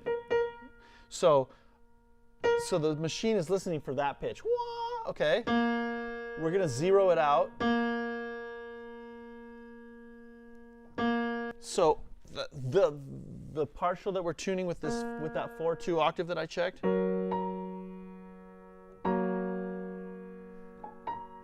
No, I'm sorry. We're checking the 2/1 octave first. We're checking this, how they line up. Does this pitch, does the harmonic of this note line up with the fundamental of this note exactly? Okay, that's what we're checking first. So we're at -2. So just think of that as our baseline, okay? -2.1, whatever. I'm going to turn off the AC so we can hear it a little better. Just one sec.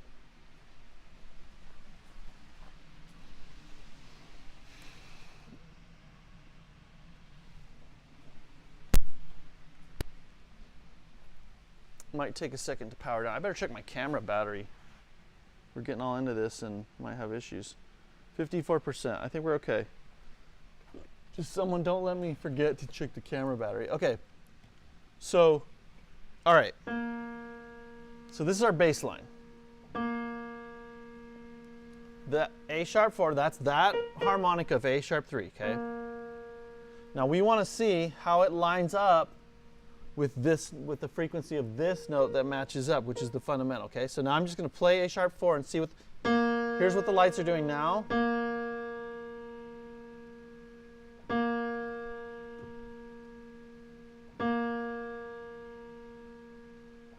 Now I'm going to play the other note.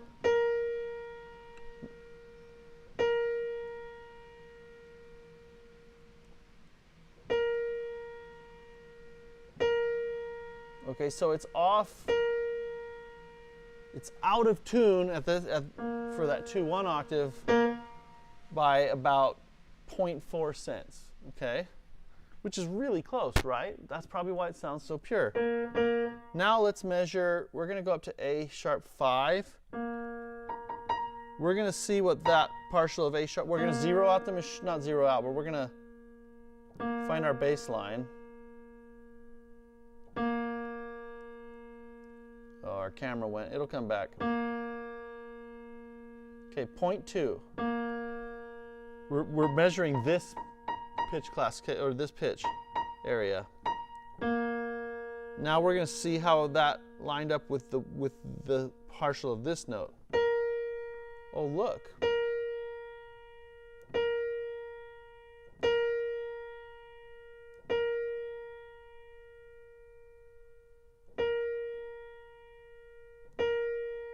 So I had to go a little sharper, right? So what this is saying is that this partial of this note is a little bit sharper than this partial of this note, which is exactly what the beat check was telling us.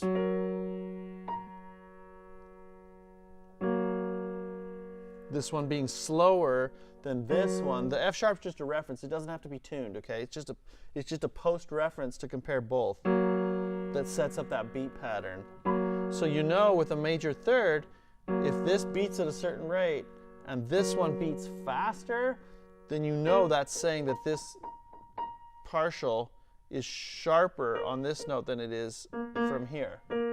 So those are not perfectly in tune. Those are not pure, but they're very, very close, right? It wasn't much of a difference. Now let's go up to the 6/3 octave, which is going to be this. You know, we don't usually hear it very loud in this at this range of the piano.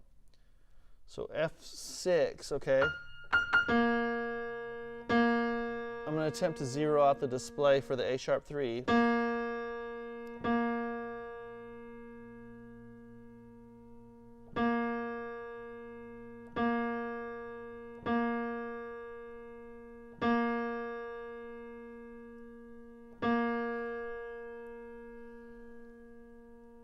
I can kind of hear it.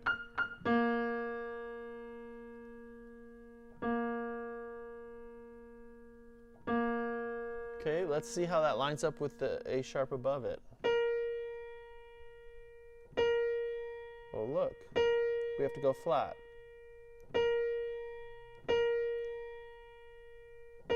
But only like less than a cent, like 0.9 or maybe a cent. So when you tune something, you're tuning any frequencies that line up between those two notes. We call them coincident partials, okay?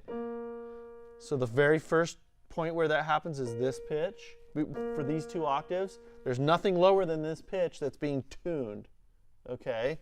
It's just this frequency. That's the first one. Then the next one you're going to run into that they share is this. Then the next one is this. And that's what we measure those two. At those pitch levels, how are they different? And I think we found out that, like at the 2, so we call this a 2, so when we measure this one, it's called the 2-1 octave. When we measure this one, it's called a 4-2 octave. And when we measure this one, it's called a 6-3 octave because it's the 6th partial, 4th partial, 2nd partial of this note versus the 3rd partial, 2nd partial, 1st partial of the upper note. If that's, I'm sorry if that's like, you know, hopefully nobody's throwing up right now. They're just lost. But anyway, so what's this telling us? This is telling us that when the piano scope is saying that it's measuring a pure octave, it's saying it's trying to line up between all these different discrepancies between these two notes in the harmonics. It's trying to get them, the ones that match the coincident ones, as close together as possible to hear as smooth a sound as you can. And that's what I do by ear. When I tune by ear, that's what I like. That's what I want. I see no reason to go wider than that, but some people do. Okay, so you are actually hearing some beating, but it's so faint and so slow. Like here. And we're hearing these harmonics dance around each other because they're slightly out of phase with each other. So, because I think someone mistook me for saying that, like, oh, if I tune a pure octave on here, or if I set it to pure octaves, it's tuning like a pure 2-1. No. Okay. Although a pure 2-1 isn't going to get us too far away on these, right? They're all pretty darn close together. Anyway, that was a fun exercise, right? Or for me it was. If anyone else appreciated that exercise, let me know. But now we'll keep tuning.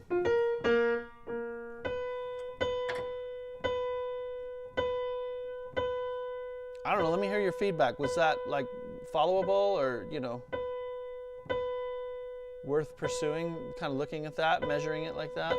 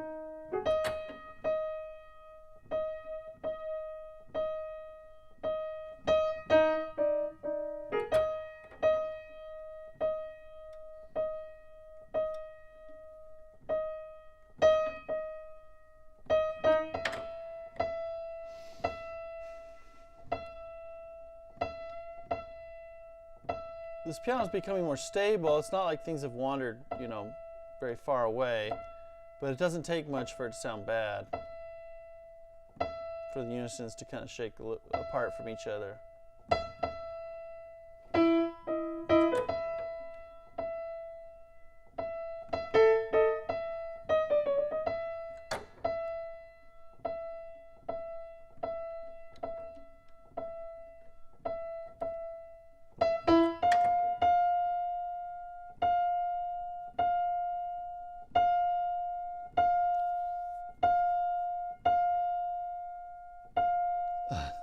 Don, Tim says that was an interesting test. You explained it well. Oh, good. That software seems to do a good job. Yeah, I think so. I mean, we can hear it, right? We can hear it's tuning a really pure sounding octave, but that doesn't mean that it's pure, right? It's stretched. Stretched in some partials, maybe contracted in others.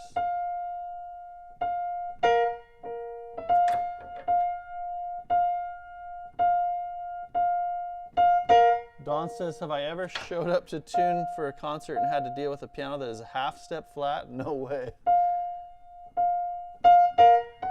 No, most of the concert instruments that I do, you know, mostly like symphony stuff, university stuff, we keep the instruments usually between, I mean, if it's gotten warm, it might be as much as 8 or 9 cents flat in some areas. That's about the extreme of it, though. And that's just because the sun hit it or something, if it's outdoor.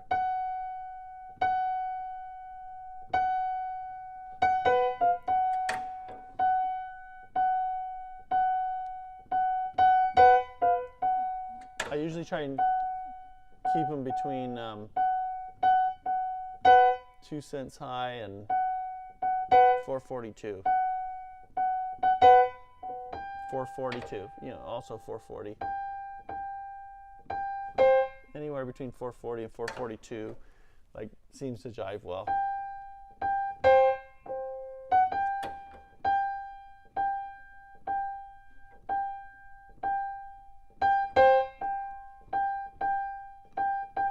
I've often wondered, like, a lot of times the harp and the piano will have something together. They'll talk about that. And they'll talk about being in tune with each other, but they're playing like up here, right? So by the time the piano's up here, it's a lot sharper. The harp tunes to 441, I think, is what she does. And so, anyway, maybe it works out that way because of the stretch of the piano to where they sound really in tune.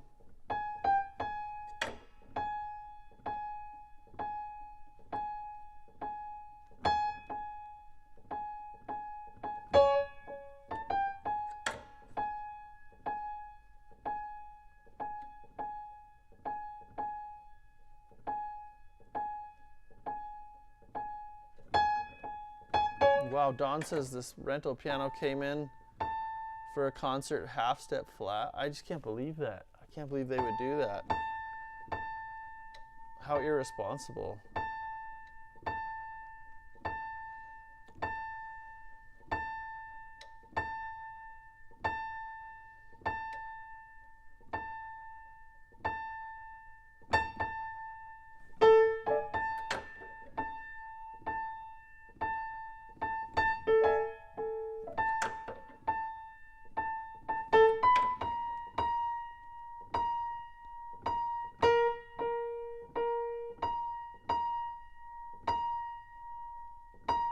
Okay, now I said I wasn't going to mess with anything aurally. And I won't. But this octave sounds like something's drifted a little bit, you know, with the temperature while I'm tuning.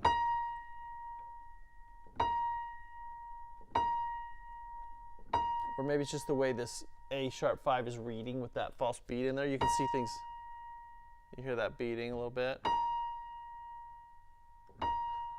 Maybe it's reading. I'll try and get the line right on the 0. Maybe that'll help. Let's try it.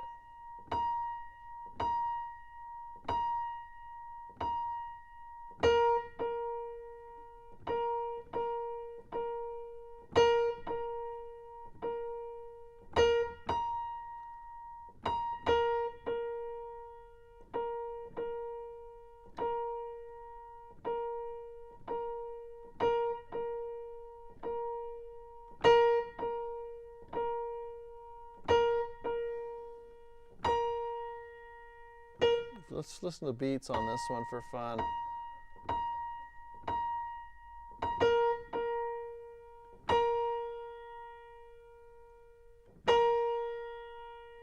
Got some crazy things going on there, don't we? Let's go for fun. Let's go to A# 4. It has gone a little flat, but it's still pure with that one. Okay, maybe we'll just keep tuning. We'll just keep tuning and let everything settle down the way it's going to.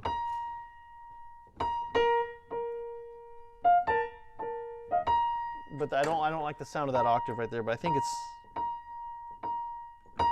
a function of things having moved a little bit after I tuned them.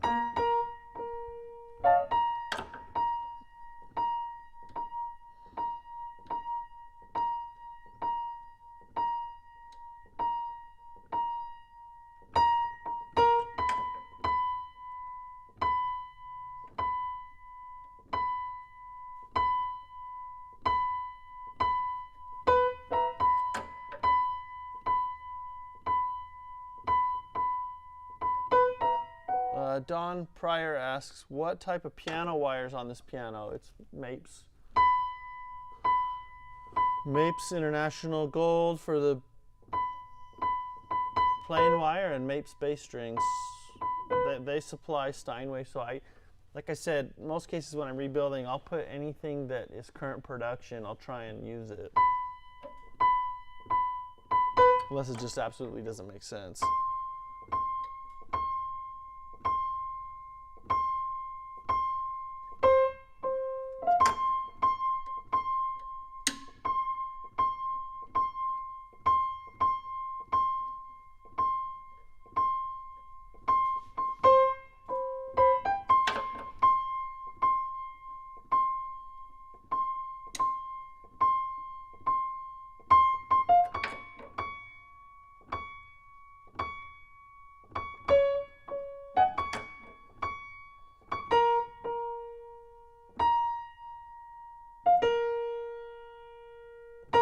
I'm curious what the beats say on this.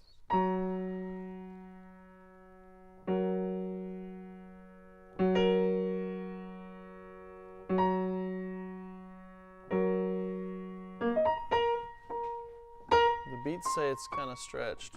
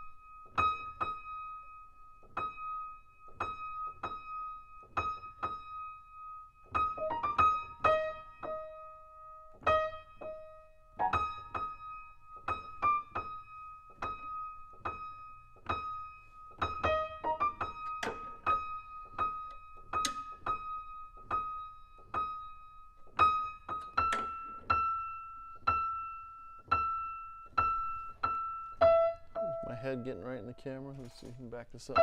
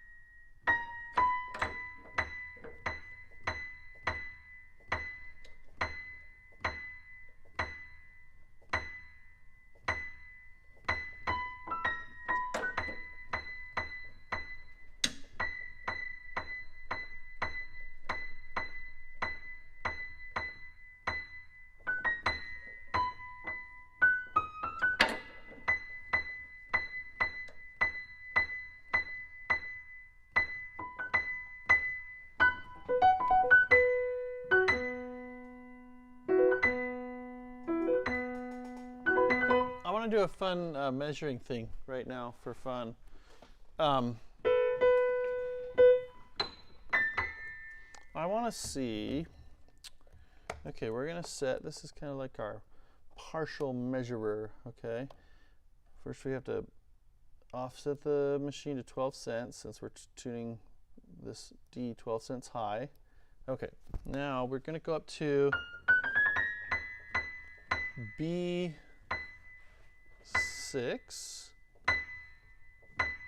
Okay. Don Pryor says he's heard from other rebuilders saying Heller bass strings or GC bass strings are better. Any experience with using other than Mapes? I've never had any problems with Mapes. Yeah,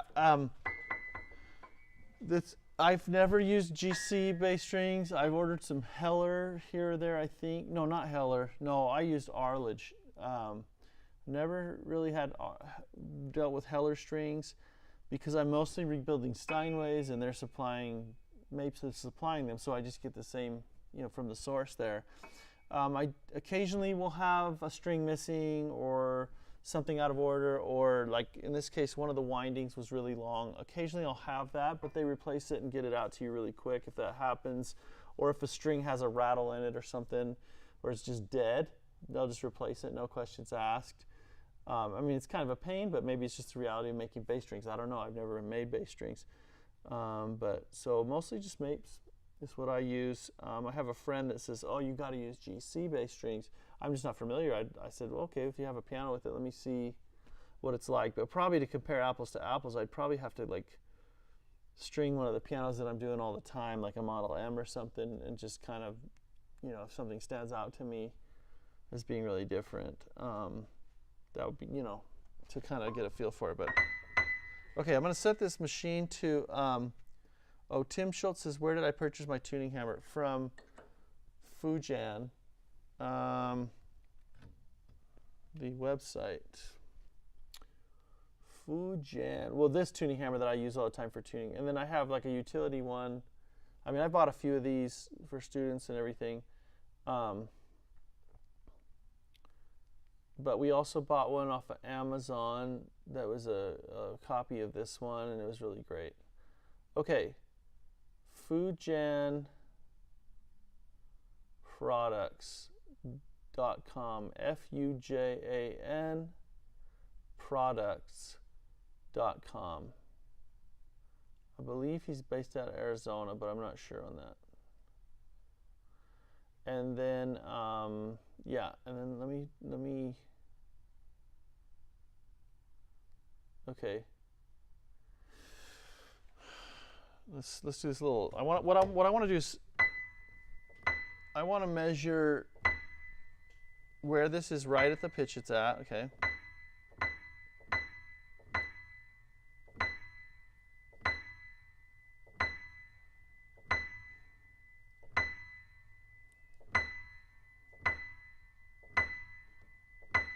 I'm just going to leave the machine at B6.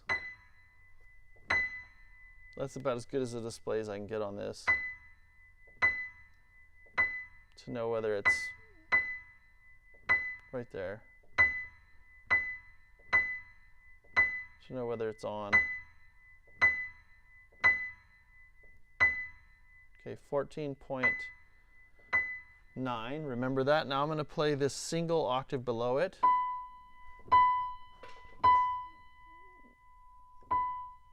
But it's still listening at this pitch, right? The 2-1. That's way flatter, right? Like 5 cents flatter. So this is a really, really stretched 2-1 octave, I think, if I'm understanding this right. Okay, I'm going to go back to 14.9, which was where this was. Okay, now I'm going to play the double octave.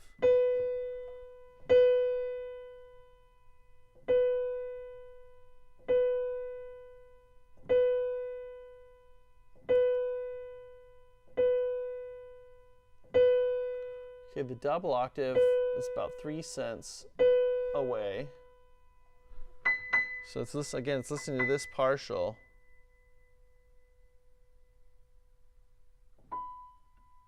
So this one was a lot flatter. This one's not as flat of where this note's being tuned. Now I'm going to go to the one below it.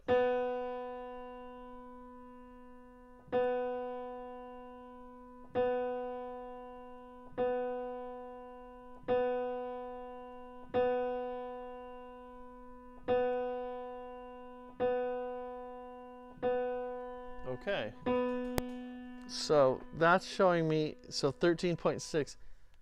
So that's telling me that this triple octave at this partial anyway is the closest in tune. Let's go down another one. I don't know if it'll read, but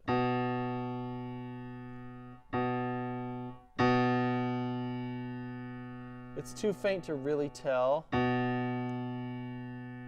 But I think I would have to move it sharp. I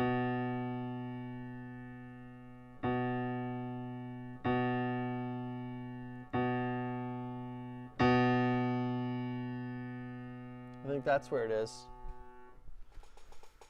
I'm just trying to see, like, okay, so this is right now it's tuning a really, really wide single octave. It's tuning a less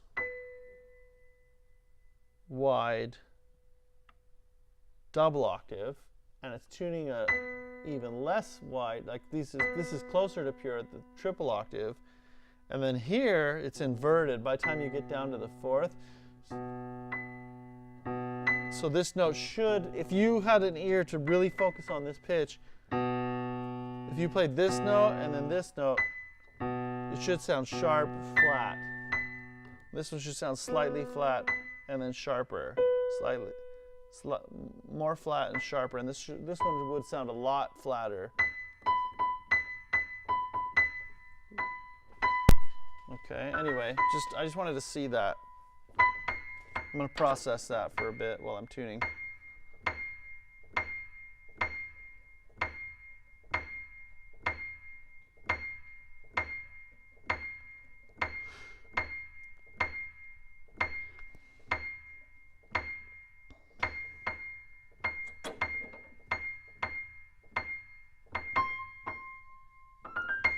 So in other words, if you tune that single octave here pure,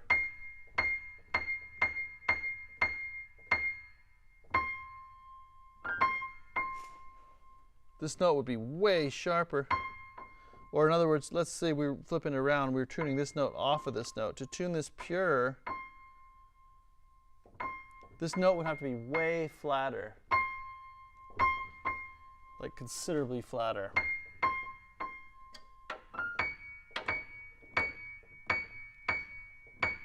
I'm just kind of thinking out loud.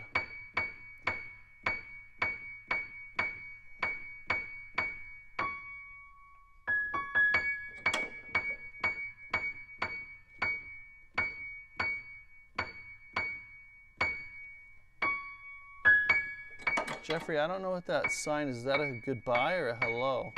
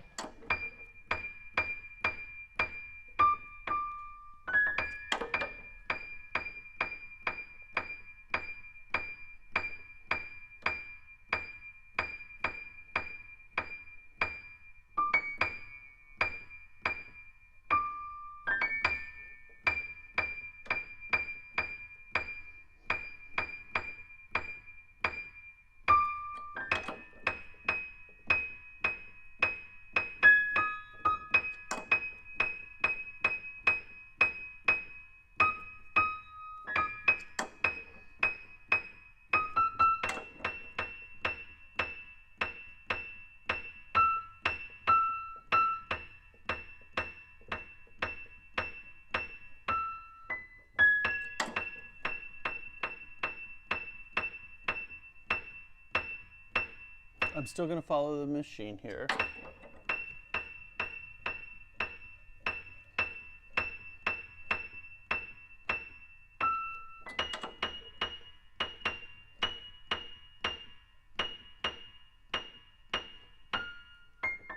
That one sounds really clean.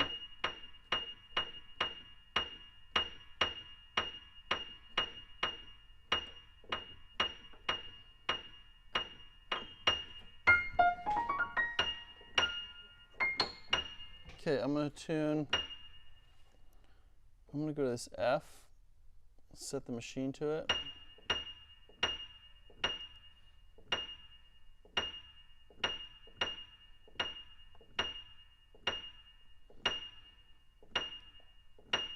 Okay, that's where it is. 18.2. Now I'm going to play F6. Look at that. The other double octave that we checked was way stretched, and this one all of a sudden is single octave. This is a pure single octave. Just about pure.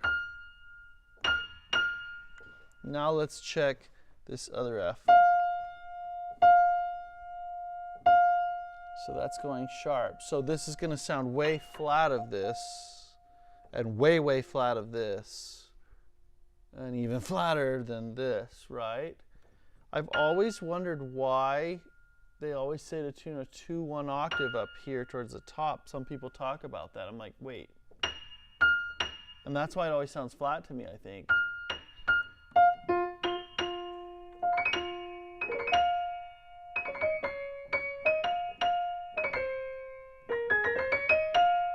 Anyway, interesting. I'm just gonna let I'm just kind of exploring. I'm not stating anything.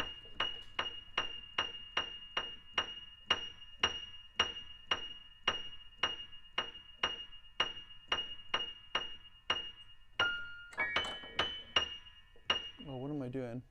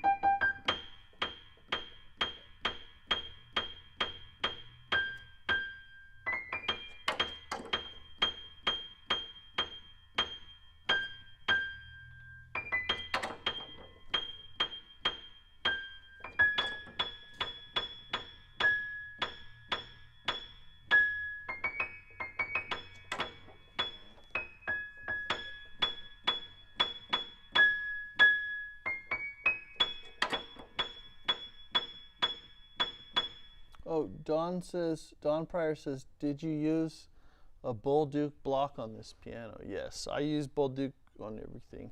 So.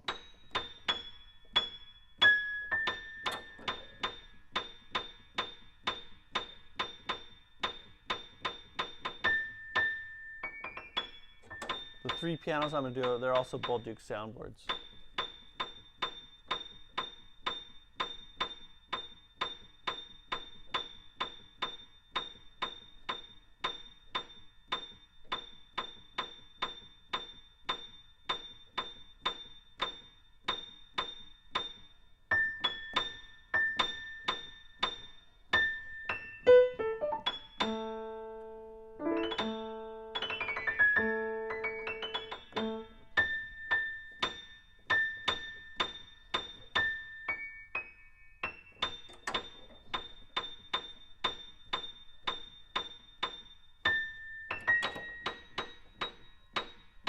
I'm still following the piano scope, if you're wondering. This isn't telling me anything. I just had it on to measure those that we tried.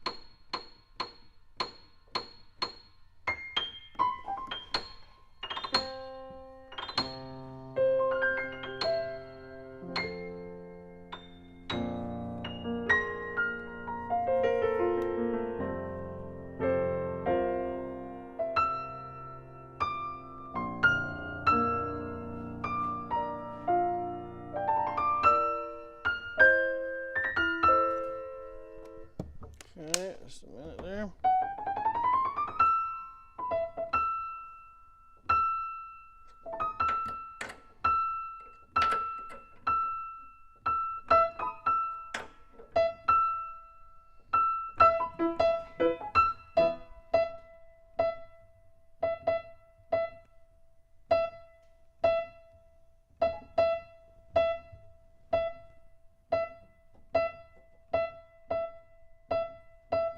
On a 9-foot, you'll get.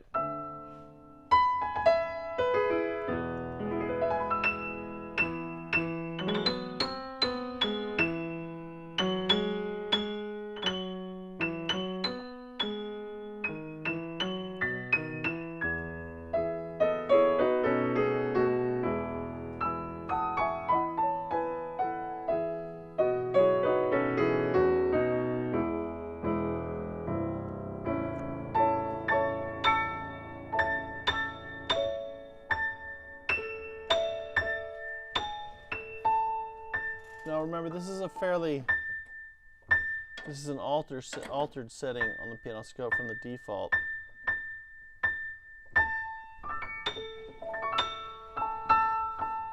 We used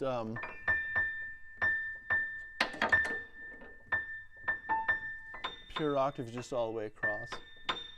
That setting anyway, for the tuning curve.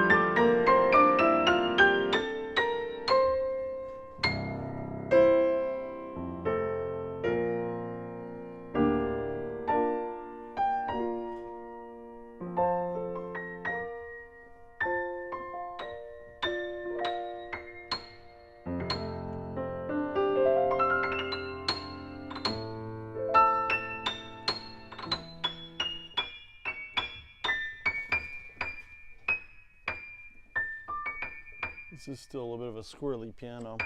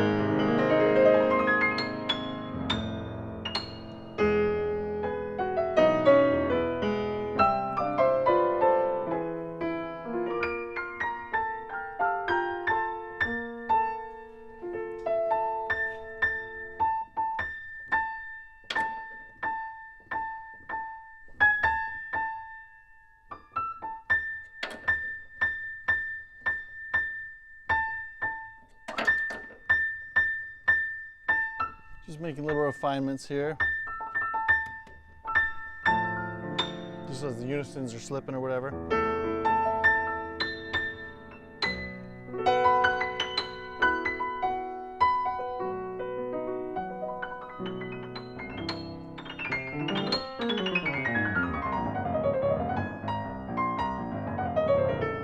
Okay, I'm gonna go grab my needle and just make some refinements on the voicing. Let's see. So here I'm going to, at this point I'm just going to do the, I can turn all this stuff off. I'm going to do this, I'm going to push the una corda pedal and listen.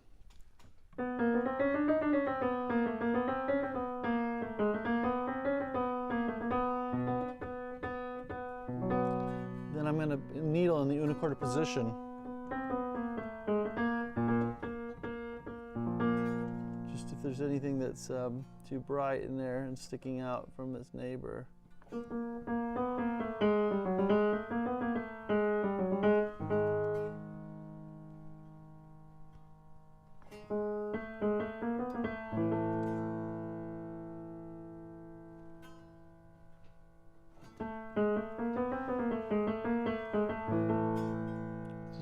Stronger, I'll go a little deeper if the note's just stronger.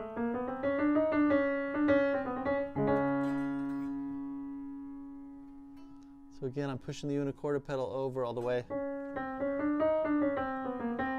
Listening to that position, okay?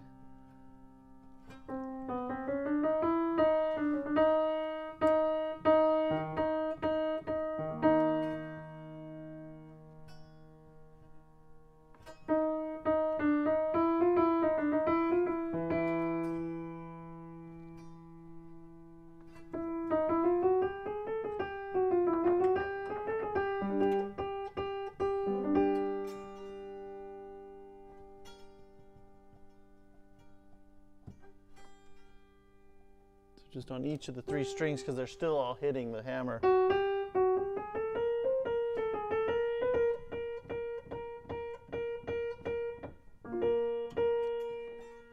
There's some strings that are a little more.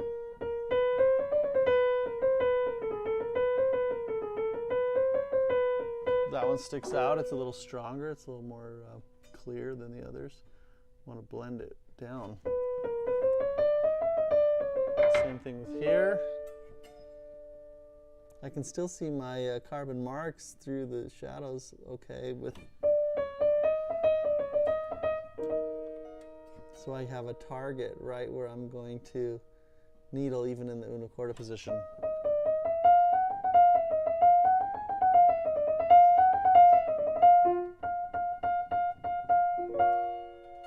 Just do that one a little bit.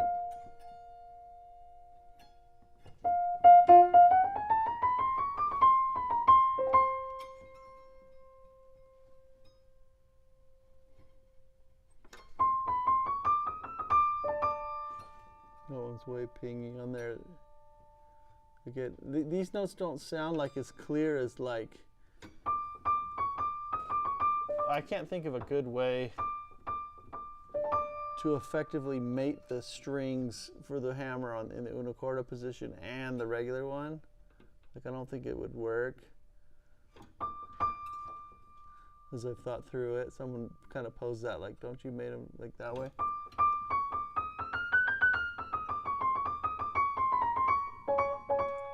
So anyway, the result is that in the una corda position, sometimes it's not mated very well at first, and it doesn't sound, it just sounds weird, right, compared to the regular position, but I'm trying to blend that a little bit.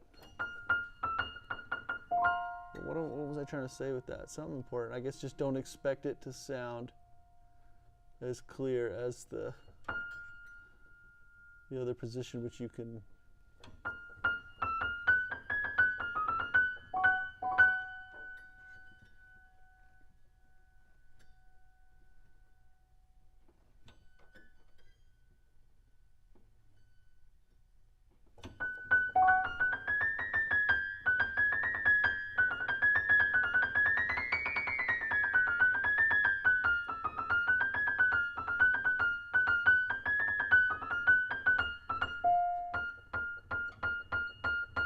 that one wasn't necessarily stronger, but it's just not mated, so you're hearing a real metallic sound on the left string. That's better. And this G is just a little bit strong, so we're going to go plunge the needle about halfway down into the position.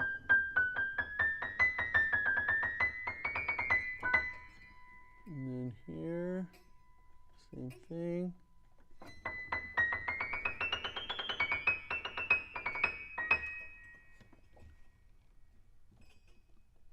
In general, I don't spend as much time on the una corda position as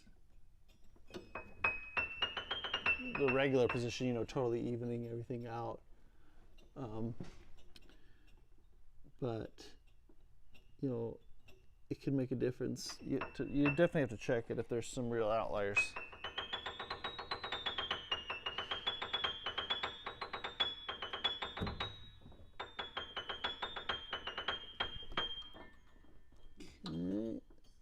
These guys here. It's the top few.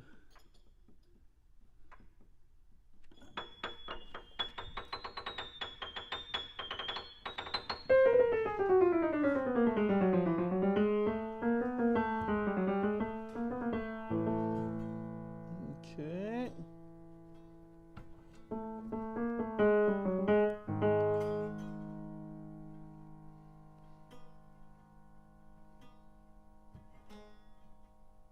I'm going, so I see my lines where I marked in the una corda position. I'm going right in the middle of them, basically maybe a little bit that way too, to check if it's really hard. Trying just to do it with one poke on each string groove. So I'll kind of find the hardest spot along the string groove and then plunge.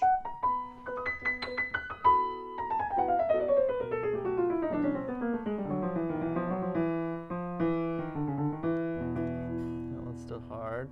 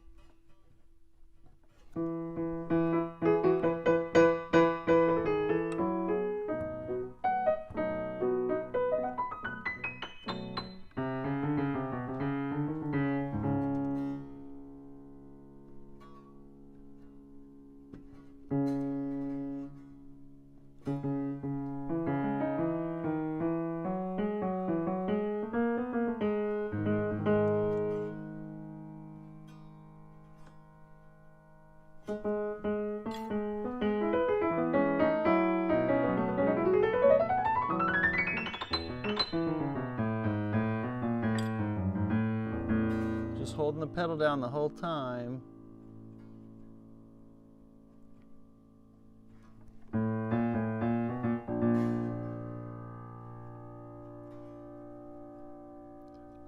I can't remember, but I think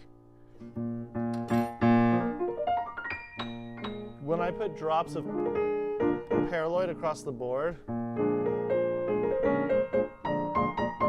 I didn't have to needle like everything again in the shift position. I think I left it. So these that are left are just kind of, they're the ones that still sounded just not quite right, but sometimes you don't have to needle again in the shift position, even though some hardener got in there.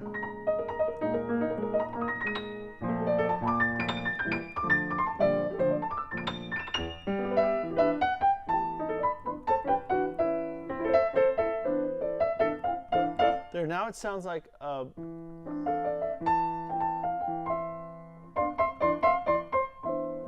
this sounds like how a piano might be voiced, right? If it was voiced just mellow in the regular position, right? It sounds like a piano still.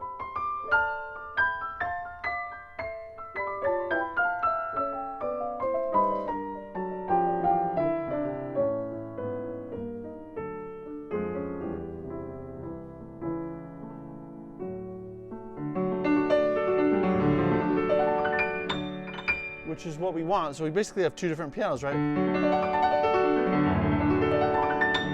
This is the regular position. And this one.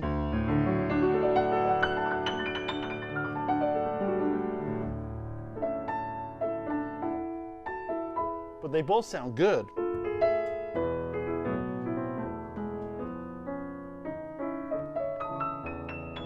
And in the regular position, I can bring the tone down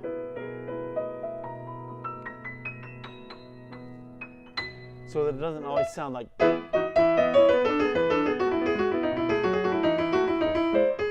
Right, that's just nasty bright. You have to play it right.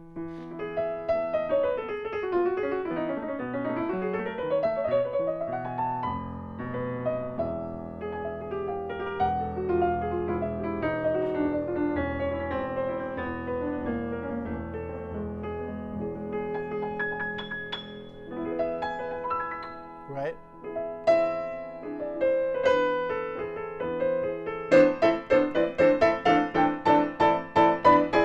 So you have lots of different pianos, right, to play. I'm going to keep checking the unicorda just down to through the bass.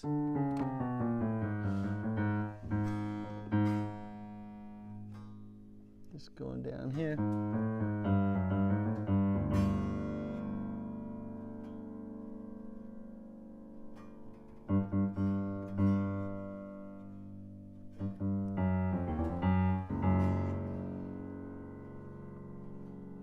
So the unicorda is still very, very usable as an option. And you can still project, ideally, and use it in a hall. You know, that remains to the judgment of the artist, but.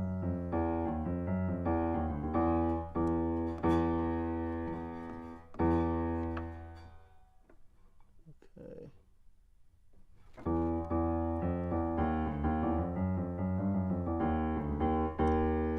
So again, this is the unicorda position, so it's just a little hot in these notes.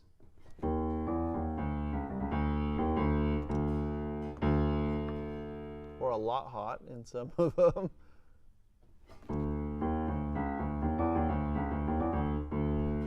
This one need to get a little more here.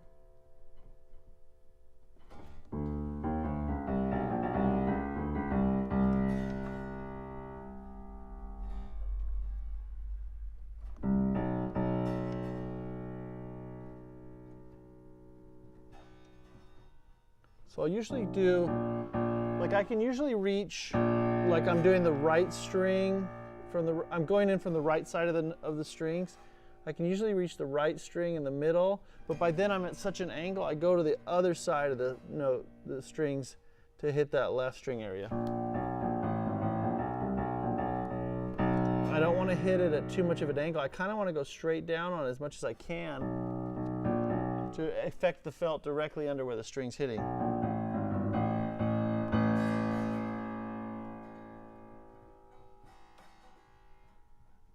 Okay, let's...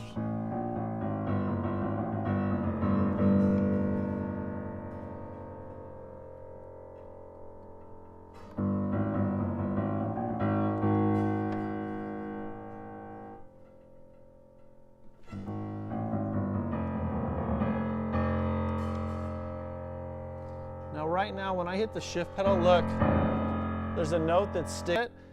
And when you push that left pedal, it wants to turn the action, tweak the action this way. So because this cheek block's just a little loose, the action's allowed to just tweak back enough to get in the way with the sostenuto. But it's not going to do that. It's not going to do that when the cheek block's in.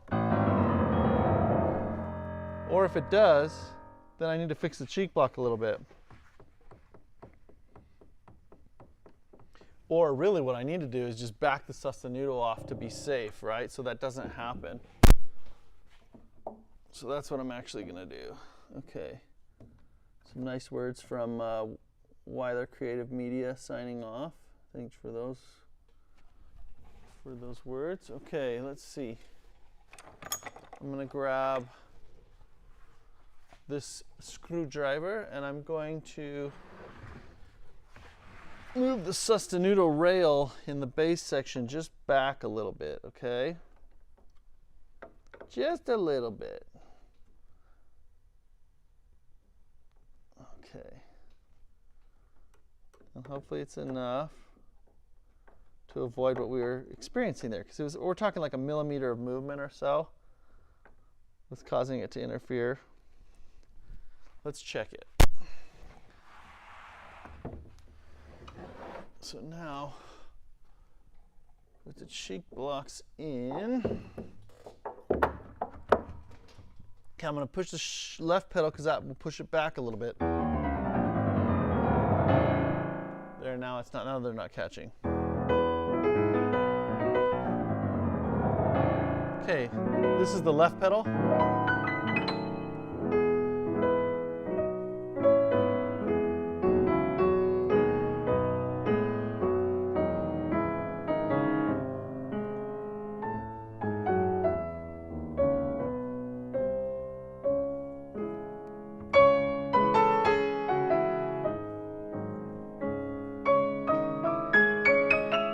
Obviously not with the left pedal now.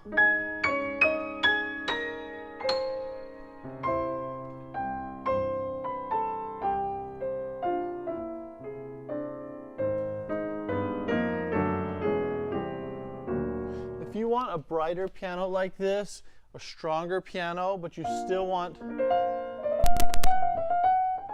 So here's a note here that sticks out a little bit, but you don't want to kill the hotness of it.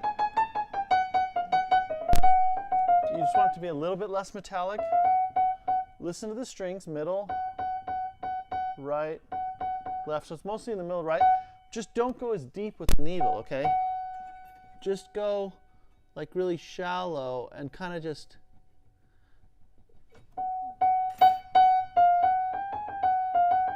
Okay, it's still a little hot.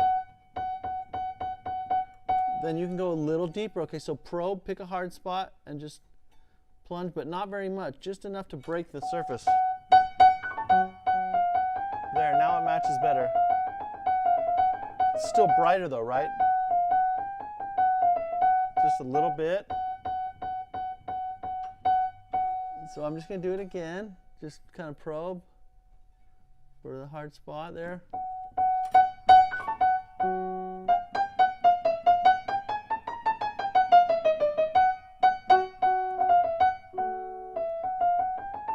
Now it matches a little better. No, this one sticks out, right? So again, we're just going to kind of dab it a little bit, not break this. So now I'm going to push just a little bit. Just a little bit.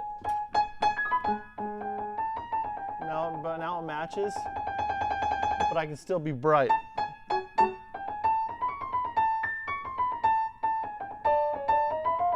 Now the A sticks right out.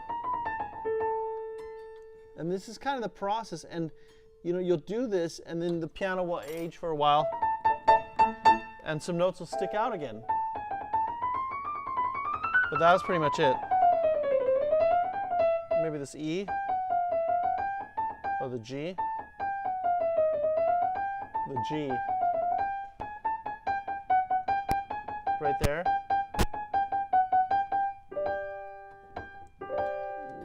I'm not gonna go very deep at all in this case because I don't want to kill the overall voice that I have on the piano. There.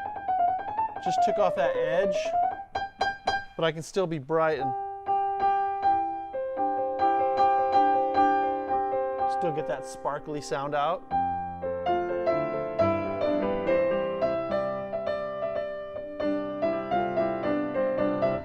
Now this one sticks out.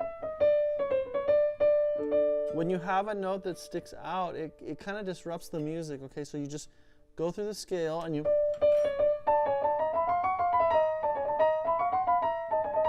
just pick them out and just hit them. And like I said, if you don't want to kill the overall voice of it, if you don't want to make a drastic change to the mellow side, just go more shallow. If it comes back after playing a little bit, hit it again. Comes back, maybe go a little deeper with the needle.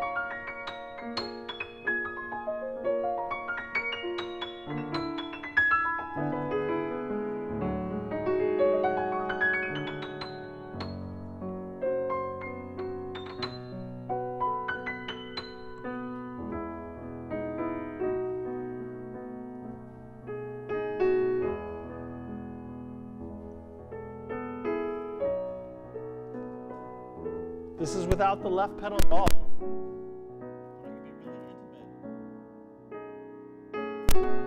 That's what needling those top layers of felt do for you. Provide a little bit of mush. And the hardness underneath it allows you to come up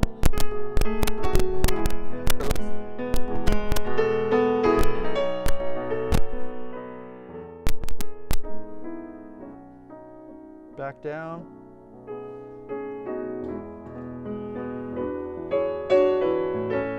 Let's be big for fun. But I'm gonna come up in terraces.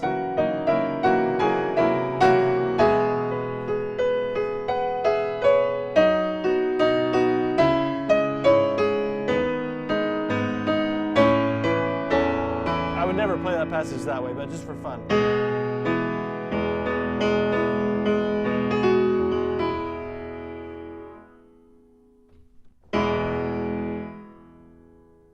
I can do that with the pedal, right? I can come like kind of whoosh it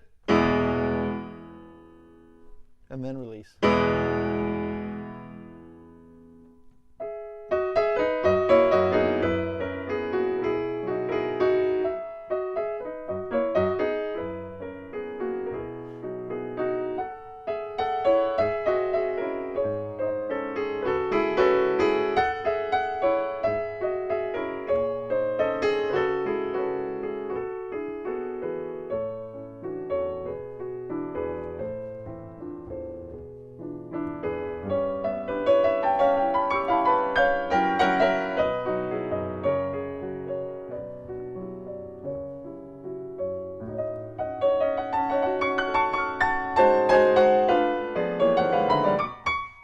Right? And then I don't know the piece after that, but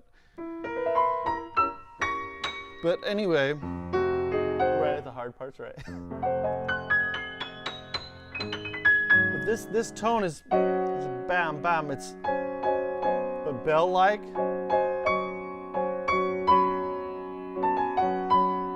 I don't like the thin metallic as much like that.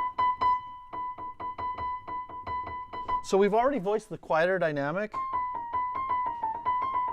and the B's not sticking out there. It's when we start to play louder, right?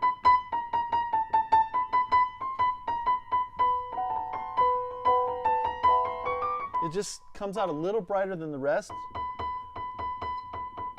It's in the right, it's in the middle and the right string. Surprise, surprise. All of these have been the middle and the right string that are harder, and you'll find that pattern.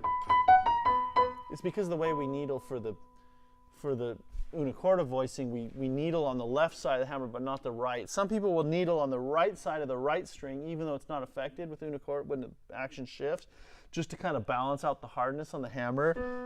But I don't, I kind of rely on it.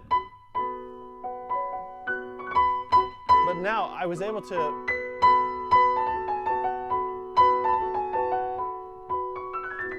still matches soft, but now it matches better louder.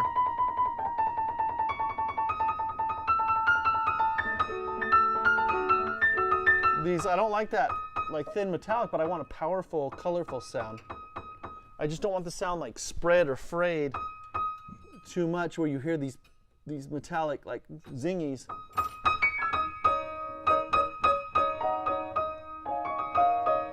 That aren't imbalanced with everything else.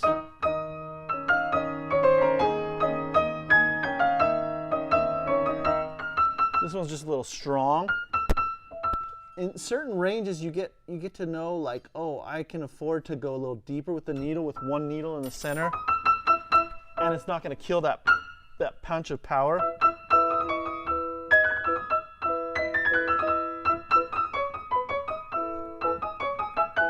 Okay, this is a little hot. Just gonna do the same thing that I did to that last one. Just go a little bit deeper. This one's a little bit, there's a high ringing that's just kind of in the head that's a little much, so I'm going to go there.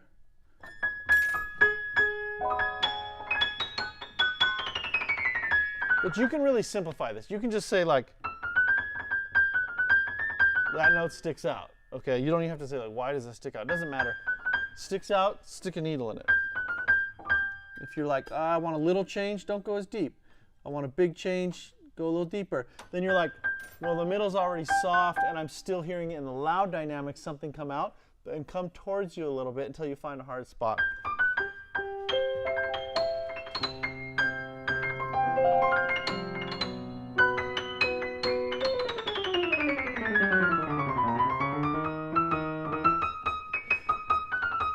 I don't want to kill the power of this note.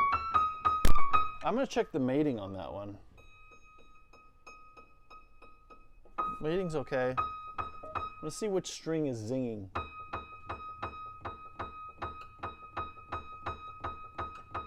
It's not really any one string. It's probably right here in this front part that's bothering me.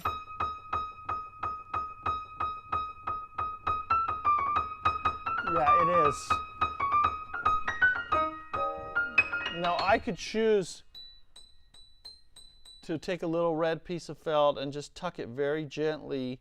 I just tuck it under the side strings and I pull it as far this way as I can so that it still allows some ring through of this jangle, because that kind of helps a beauty of color to project. But in this case it's subtle enough. I'm not going to touch it because it's going to a hall. I'm not the maintaining technician there. They can do that there if they choose in that space, but I think it's subtle enough that I'm just going to leave it.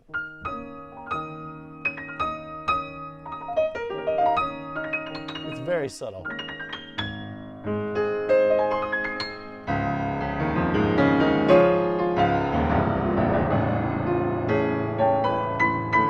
I want to reiterate how many times I went through to Don Pryor wants to know if I have a key pounder. I don't think I'll ever get one. I enjoy just playing because I'm not just pounding it in, I'm evening it out as I do it, right? And I think going through it several times makes it more stable in the end. Plus, if I like the piano, I'm going to spend more time like playing and dinking around on it.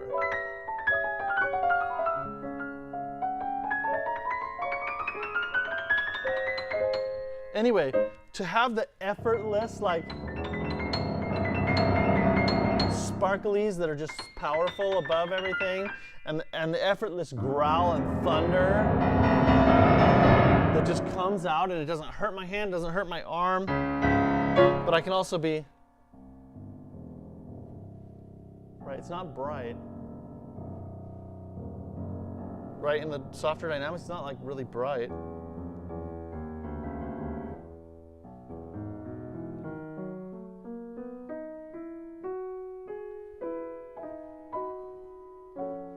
Here's one key to voicing. It's not enough just to have control of volume, okay? Louder, softer, same package of sound, same spectrum of sound, timbre. You don't want that. You want like a volume pedal and like a timbre pedal. Okay, I guess I'm kind of thinking organ kind of. You want to be able to control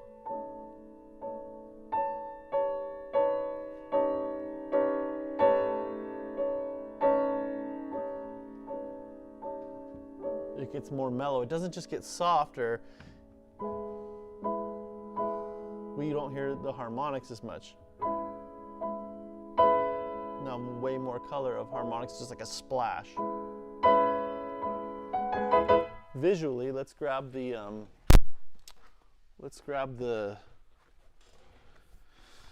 what do you call this? Piano scope, right? We're gonna grab piano scope. And I'm just going to play a note. Let's change it to follow me around here. I'm going to turn off the air compressor. We can do without that for a minute.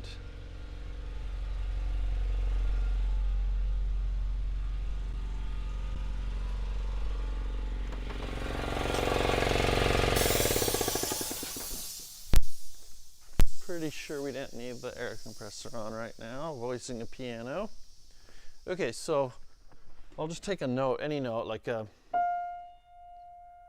I'm going to turn on these, I'm going to bring the camera really close, and I'm going to turn on the, is it in settings? Maybe it was in settings. Partials. We're going to have it display the amplitude of the partials, okay? And we're going to just look for fun at this, at what the partials do as we crescendo or decrescendo, okay? So here's F5. Okay, so I play softly. Fundamentals is very king, right? These are hardly here. Now what happens is I crescendo.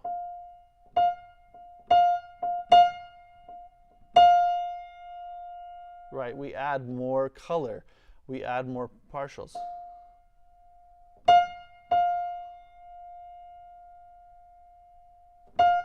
Okay, how about this one?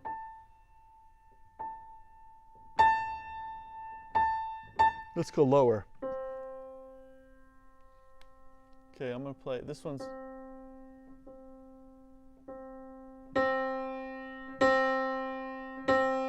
and all these start to splash out. If I hadn't have voiced this, you'd be seeing more, less activity here, you'd be seeing more activity up here. Even when it was quiet.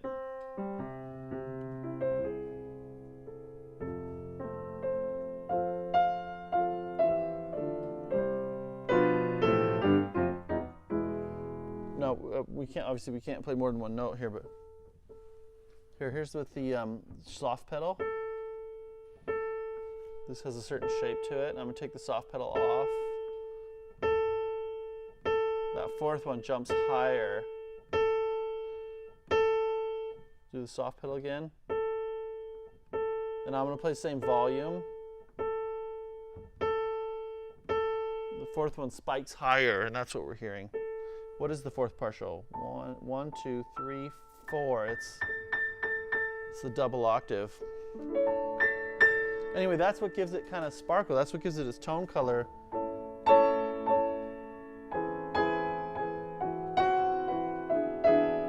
And if you play a note louder and that doesn't spike up and it's just kind of the same, but it's just more of the same louder, it sucks the energy out of you and you can't play like something exciting, you know? It also takes away subtle expression.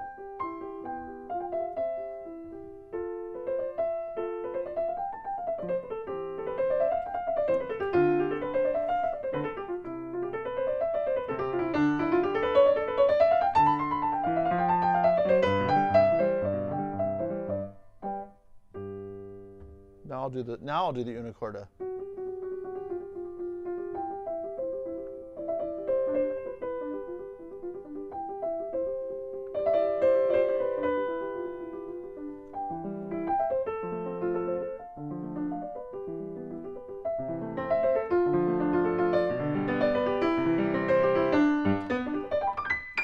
That's not really Mozart what I'm doing, but anyway, just an example of how you can change the colors.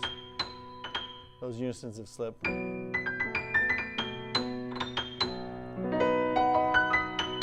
Anyway,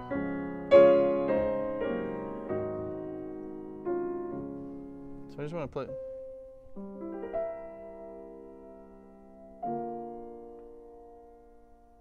Just listen how long that sustain is. We don't need to watch this display anymore, but right. Just want to. It's just a good piano all around. You've got lots of sustain, color. It's not weak right here, right where you need it to be strong. You know, like last night, one thing I was struggling with achieving was this D being strong enough. And I was testing it with this passage, like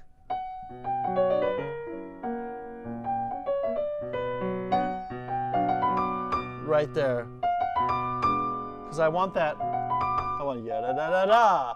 I don't want yada da da da. You know. And it wasn't strong enough. I put some parallel on that and a few notes around it. This whole area right here, and it was like, okay, a little better, not quite there, but better. Do it again. Okay, better. And then finally I got there where it was right. Same thing with the bass.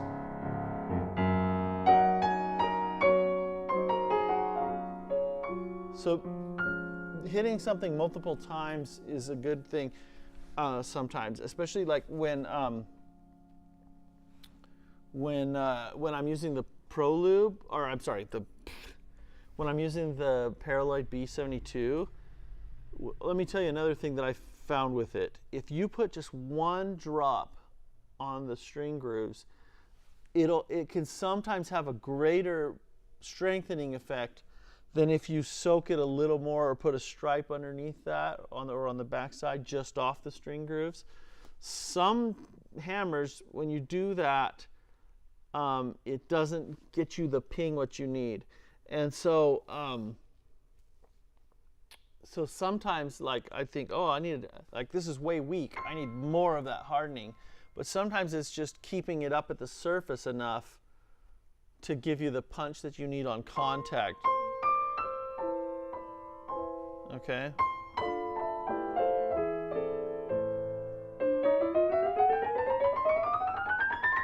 And look, there's nothing that, like, pops out at me now. Like this.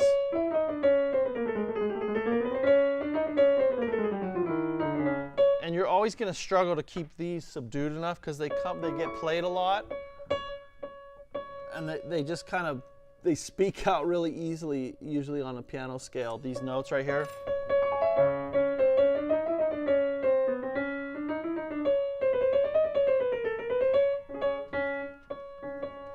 So I'm just going to go in there, subdue that a little bit.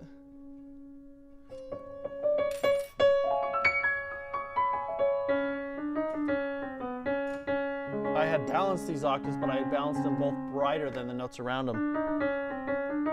You hear that C sharp? It gets that splash of color too soon in the dynamic curve. Well, that's what it was doing. This one's just a little glassy, right? Tone it down a little bit.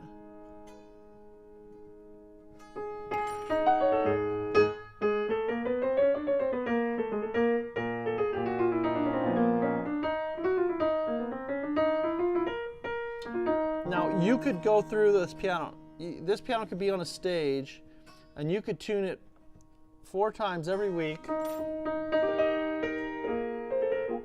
You know, assuming it was played for concerts or something. You could tune it 3 to 4 times every week, and probably every week you'd want to, you know, voice it a little bit. Just a little bit here or there, something's going to stick out.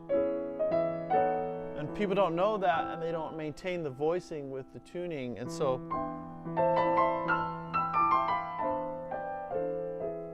after a while, the piano is just lackluster, and people don't know why.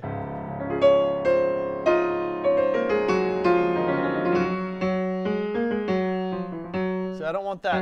That has a really loud harmonic there. I'm going to go deep right there.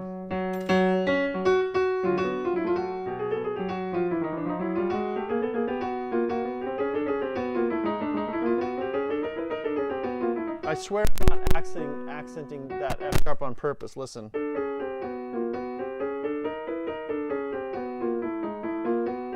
I'm just getting more sound for the same keystroke, so I'm going to needle that. I'm just going to go right in the middle of the string groove and poke down. Now the F sharp isn't... Actually, it kind of came back, didn't it? I'll hit it again. Just probing for a hard spot and bursting it. Not very deep. Now this one I'm hearing.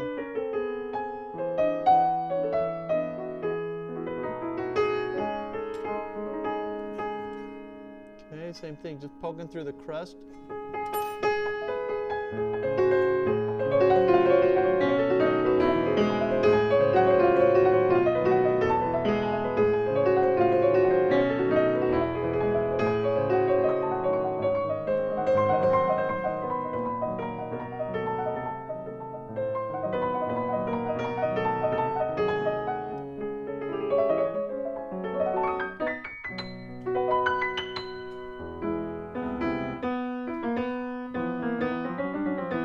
And you can keep picking through it and cycling through it, and it'll get better as you go, you know.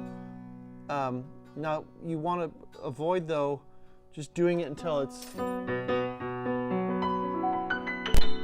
killed. And the first time I went through voicing this piano, that's not what happened. What happened is I just hadn't built it up enough. And so when I evened it out, that exposed that. So it's like, oh, I need to do some other things, strengthen some other sections.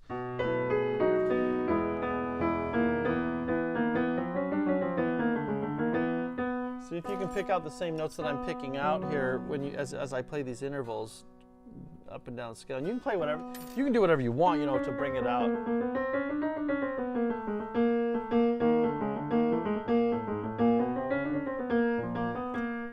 That one just kind of smashes a little hard there, but the antidote is the same.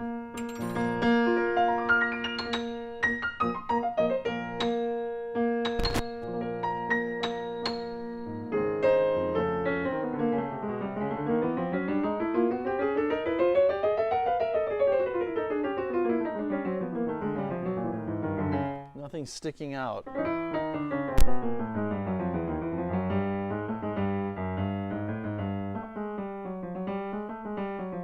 Okay, which is it, the upper or the lower G? If you think it's because your thumb's hitting it, just hit it with a different note. Or just do this like same weight of your hand. That one's even. This one's not. Bam, bam, it comes out. And don't be like, oh, I did something wrong if it comes back like after your second pass. It's just, you just have to kind of go in passes like tuning.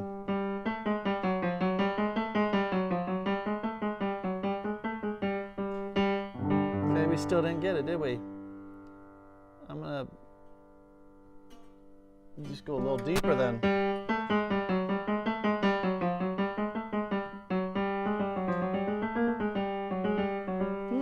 Let's listen to this. It's in the middle string mostly. I might just look for a hard spot towards the sides of the groove now.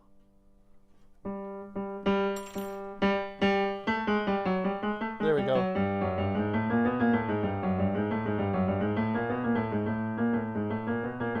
Now I'm hearing this one. This is really close though, right? This one pokes out above it.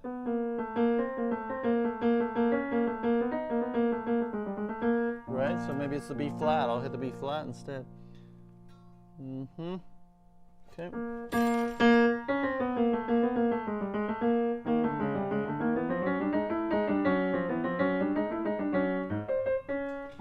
And some hammers are going to be just of a density that's a lot more than the others, and so you'll have to hit it a few times to break that up.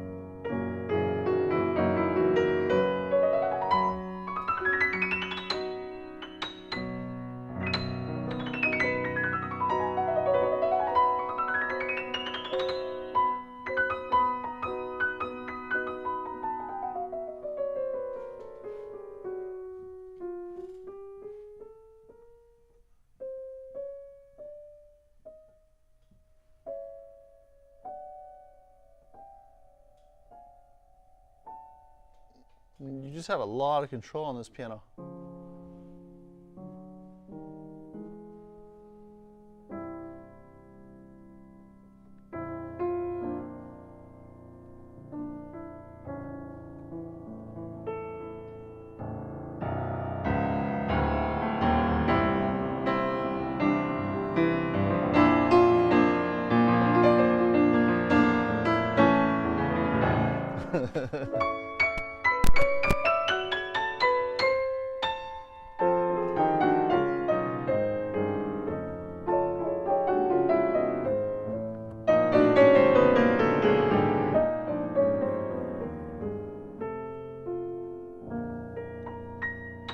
Yeah, I'm definitely. This is a really nicely balanced piano.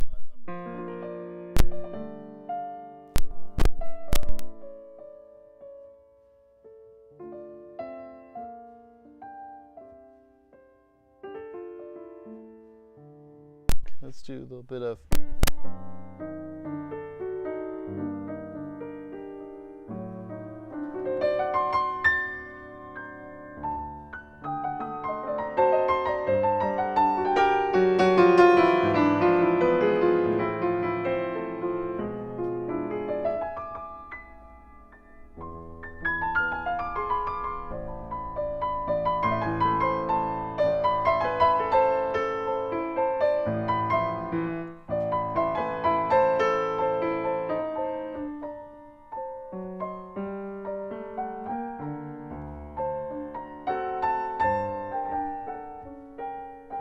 I can change the color so easily.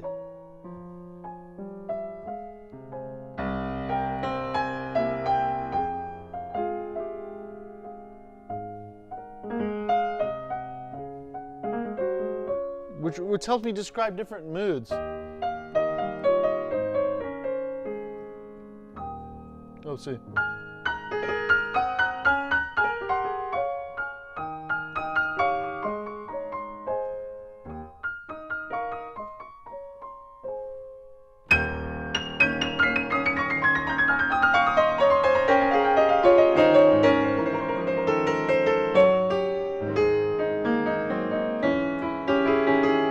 I know I'm not playing Chopin at that point, but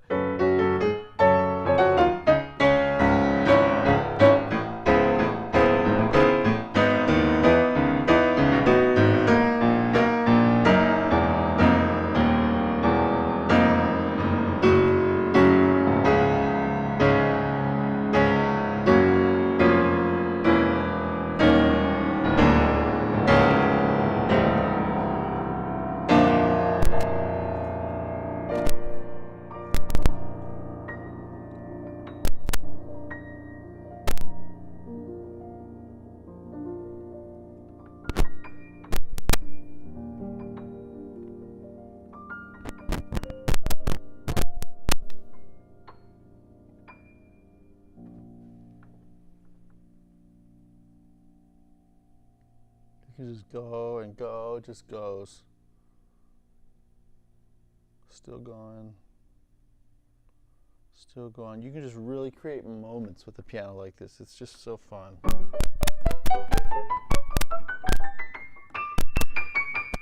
I'm gonna have to learn new songs. After people watch some of these streams, they'll be like, all right, we've heard that.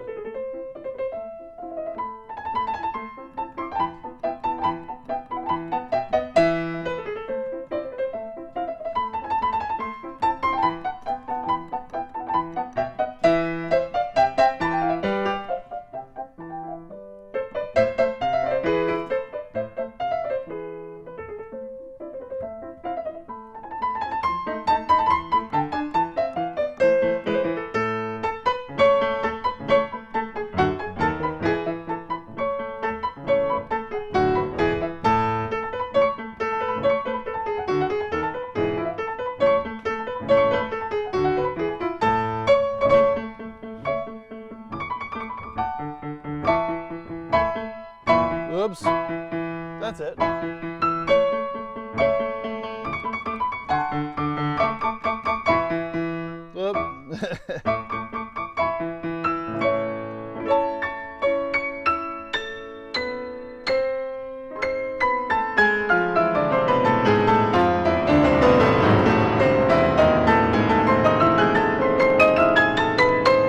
I'm not like breaking the wrist doing that, and that's like over an orchestra just fine.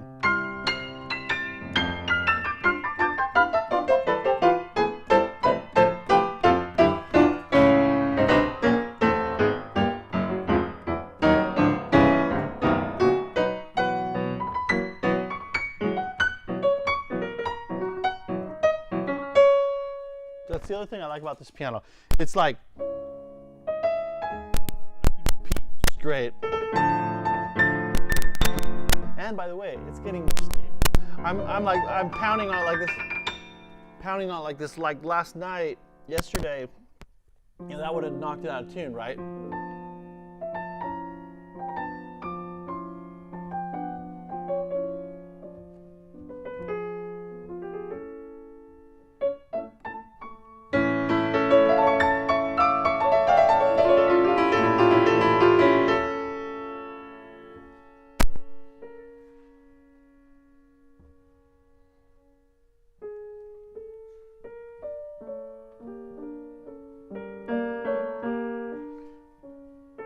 The piano has so much sustain, you have to be careful.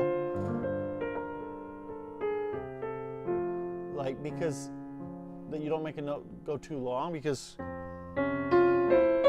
otherwise you'll be sitting there waiting for it to shut off.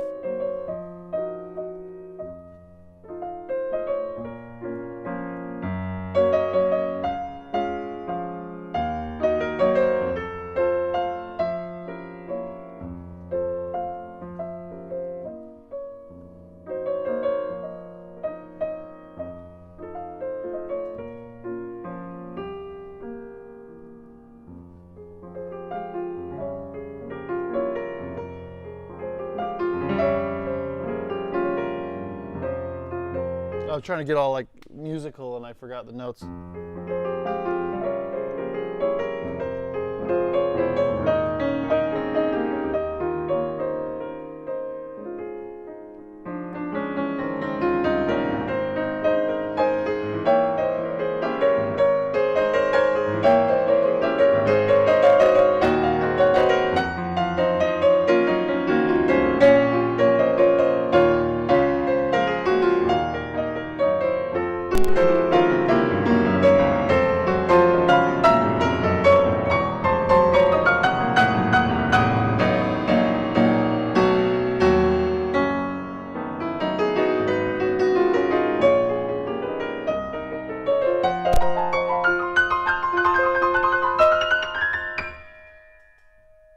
See this note down here? It will still go.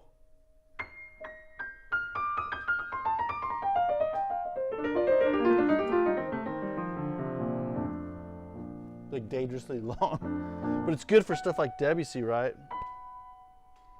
You know, because it'll just, you can keep those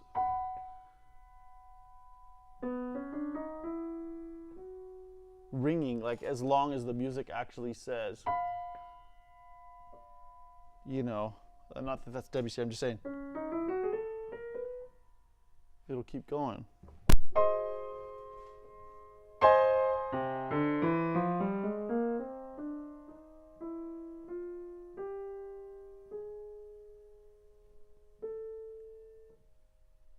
Right. Thanks for letting me show off this piano to you. And it's good.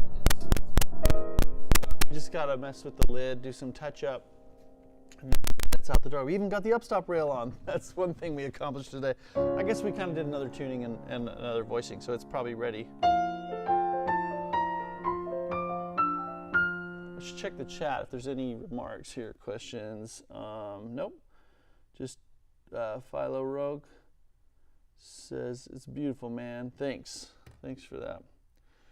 Well, if anyone has anything you want to say, speak now or forever put it in the comments afterwards. But yeah.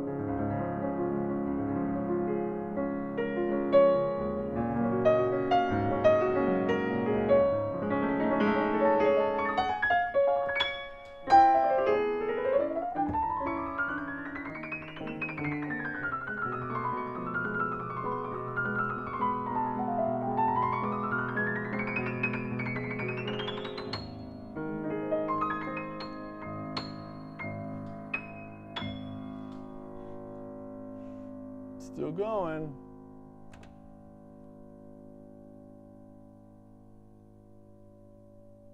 Still going strong. It's still going strong, right? It's like it just doesn't stop.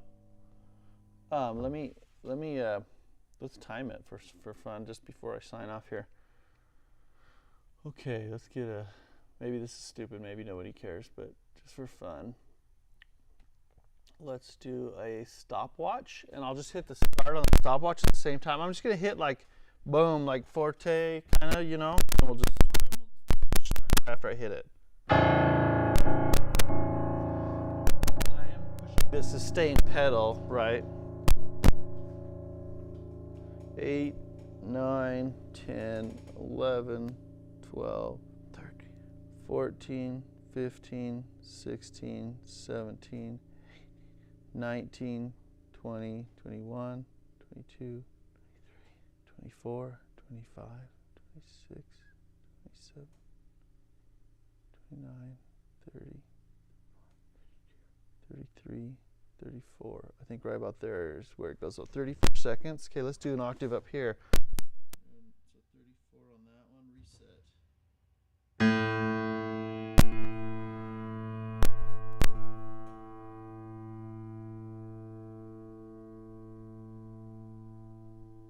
10, 11, 12, 13, 14, 15, 16, 17, 18, 19, 20, 20. It gets like a second wind right there too. It keeps going. 26, 27, 28, 29, 30, 31, 32, 33, 34, 35.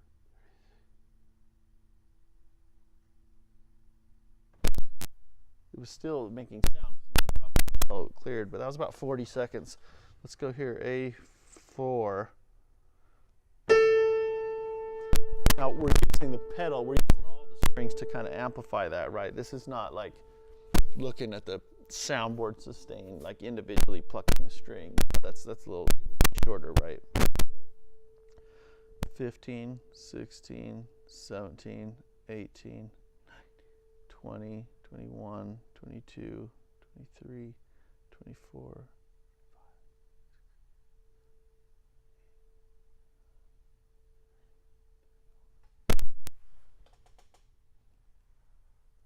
35, about the same. I'm not going to count. I'm going to let you just listen to it magically. Let's do A5.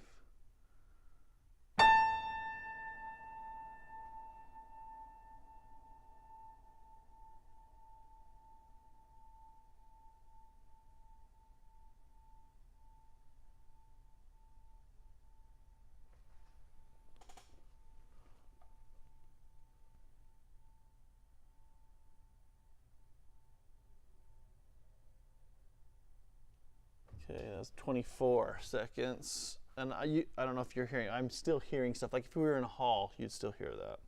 Let's do A6. Oh, messed up.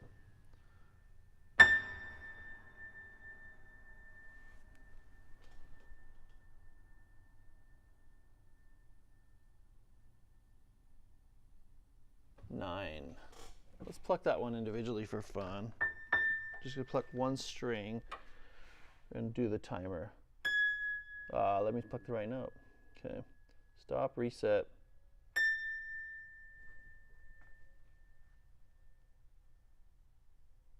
About 5. Up here it gets a lot shorter, right? Let's try this one for fun.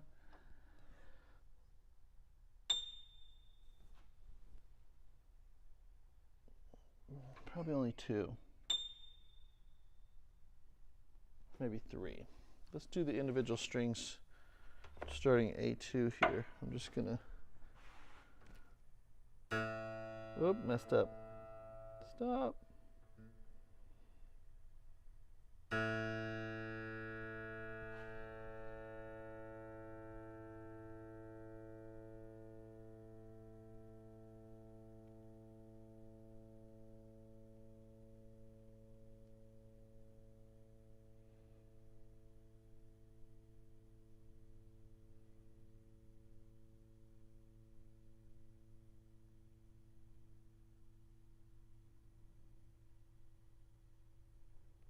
$29.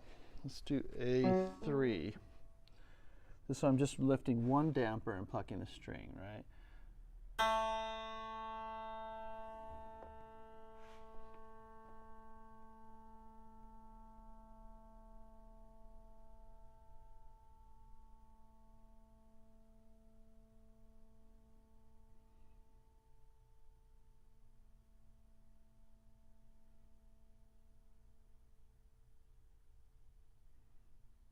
$24. Let's do A4. See if I'm coordinated enough to do this.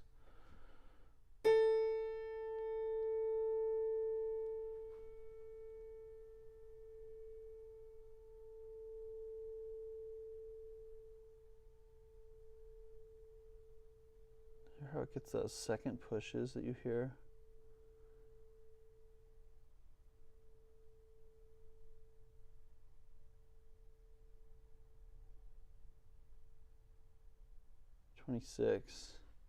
Seconds. Okay, let's get A5, right?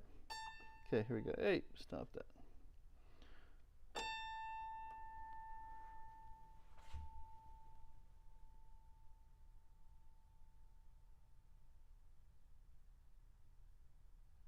$11. A6. We already did A6, but I don't remember what it was. Let's do F. Sometimes on a D, these notes are problematic right here before the break, like this F or F sharp. Let's see what this F is doing, okay?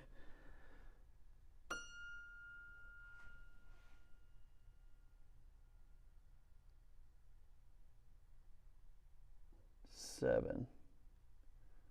That's pretty good. That's pretty good. I mean, it's just a relative comparison, right? And there's other factors there. But anyway, cool. Well, I'm going to sign off and call it a night. I hope you have a good one, and we will catch you later.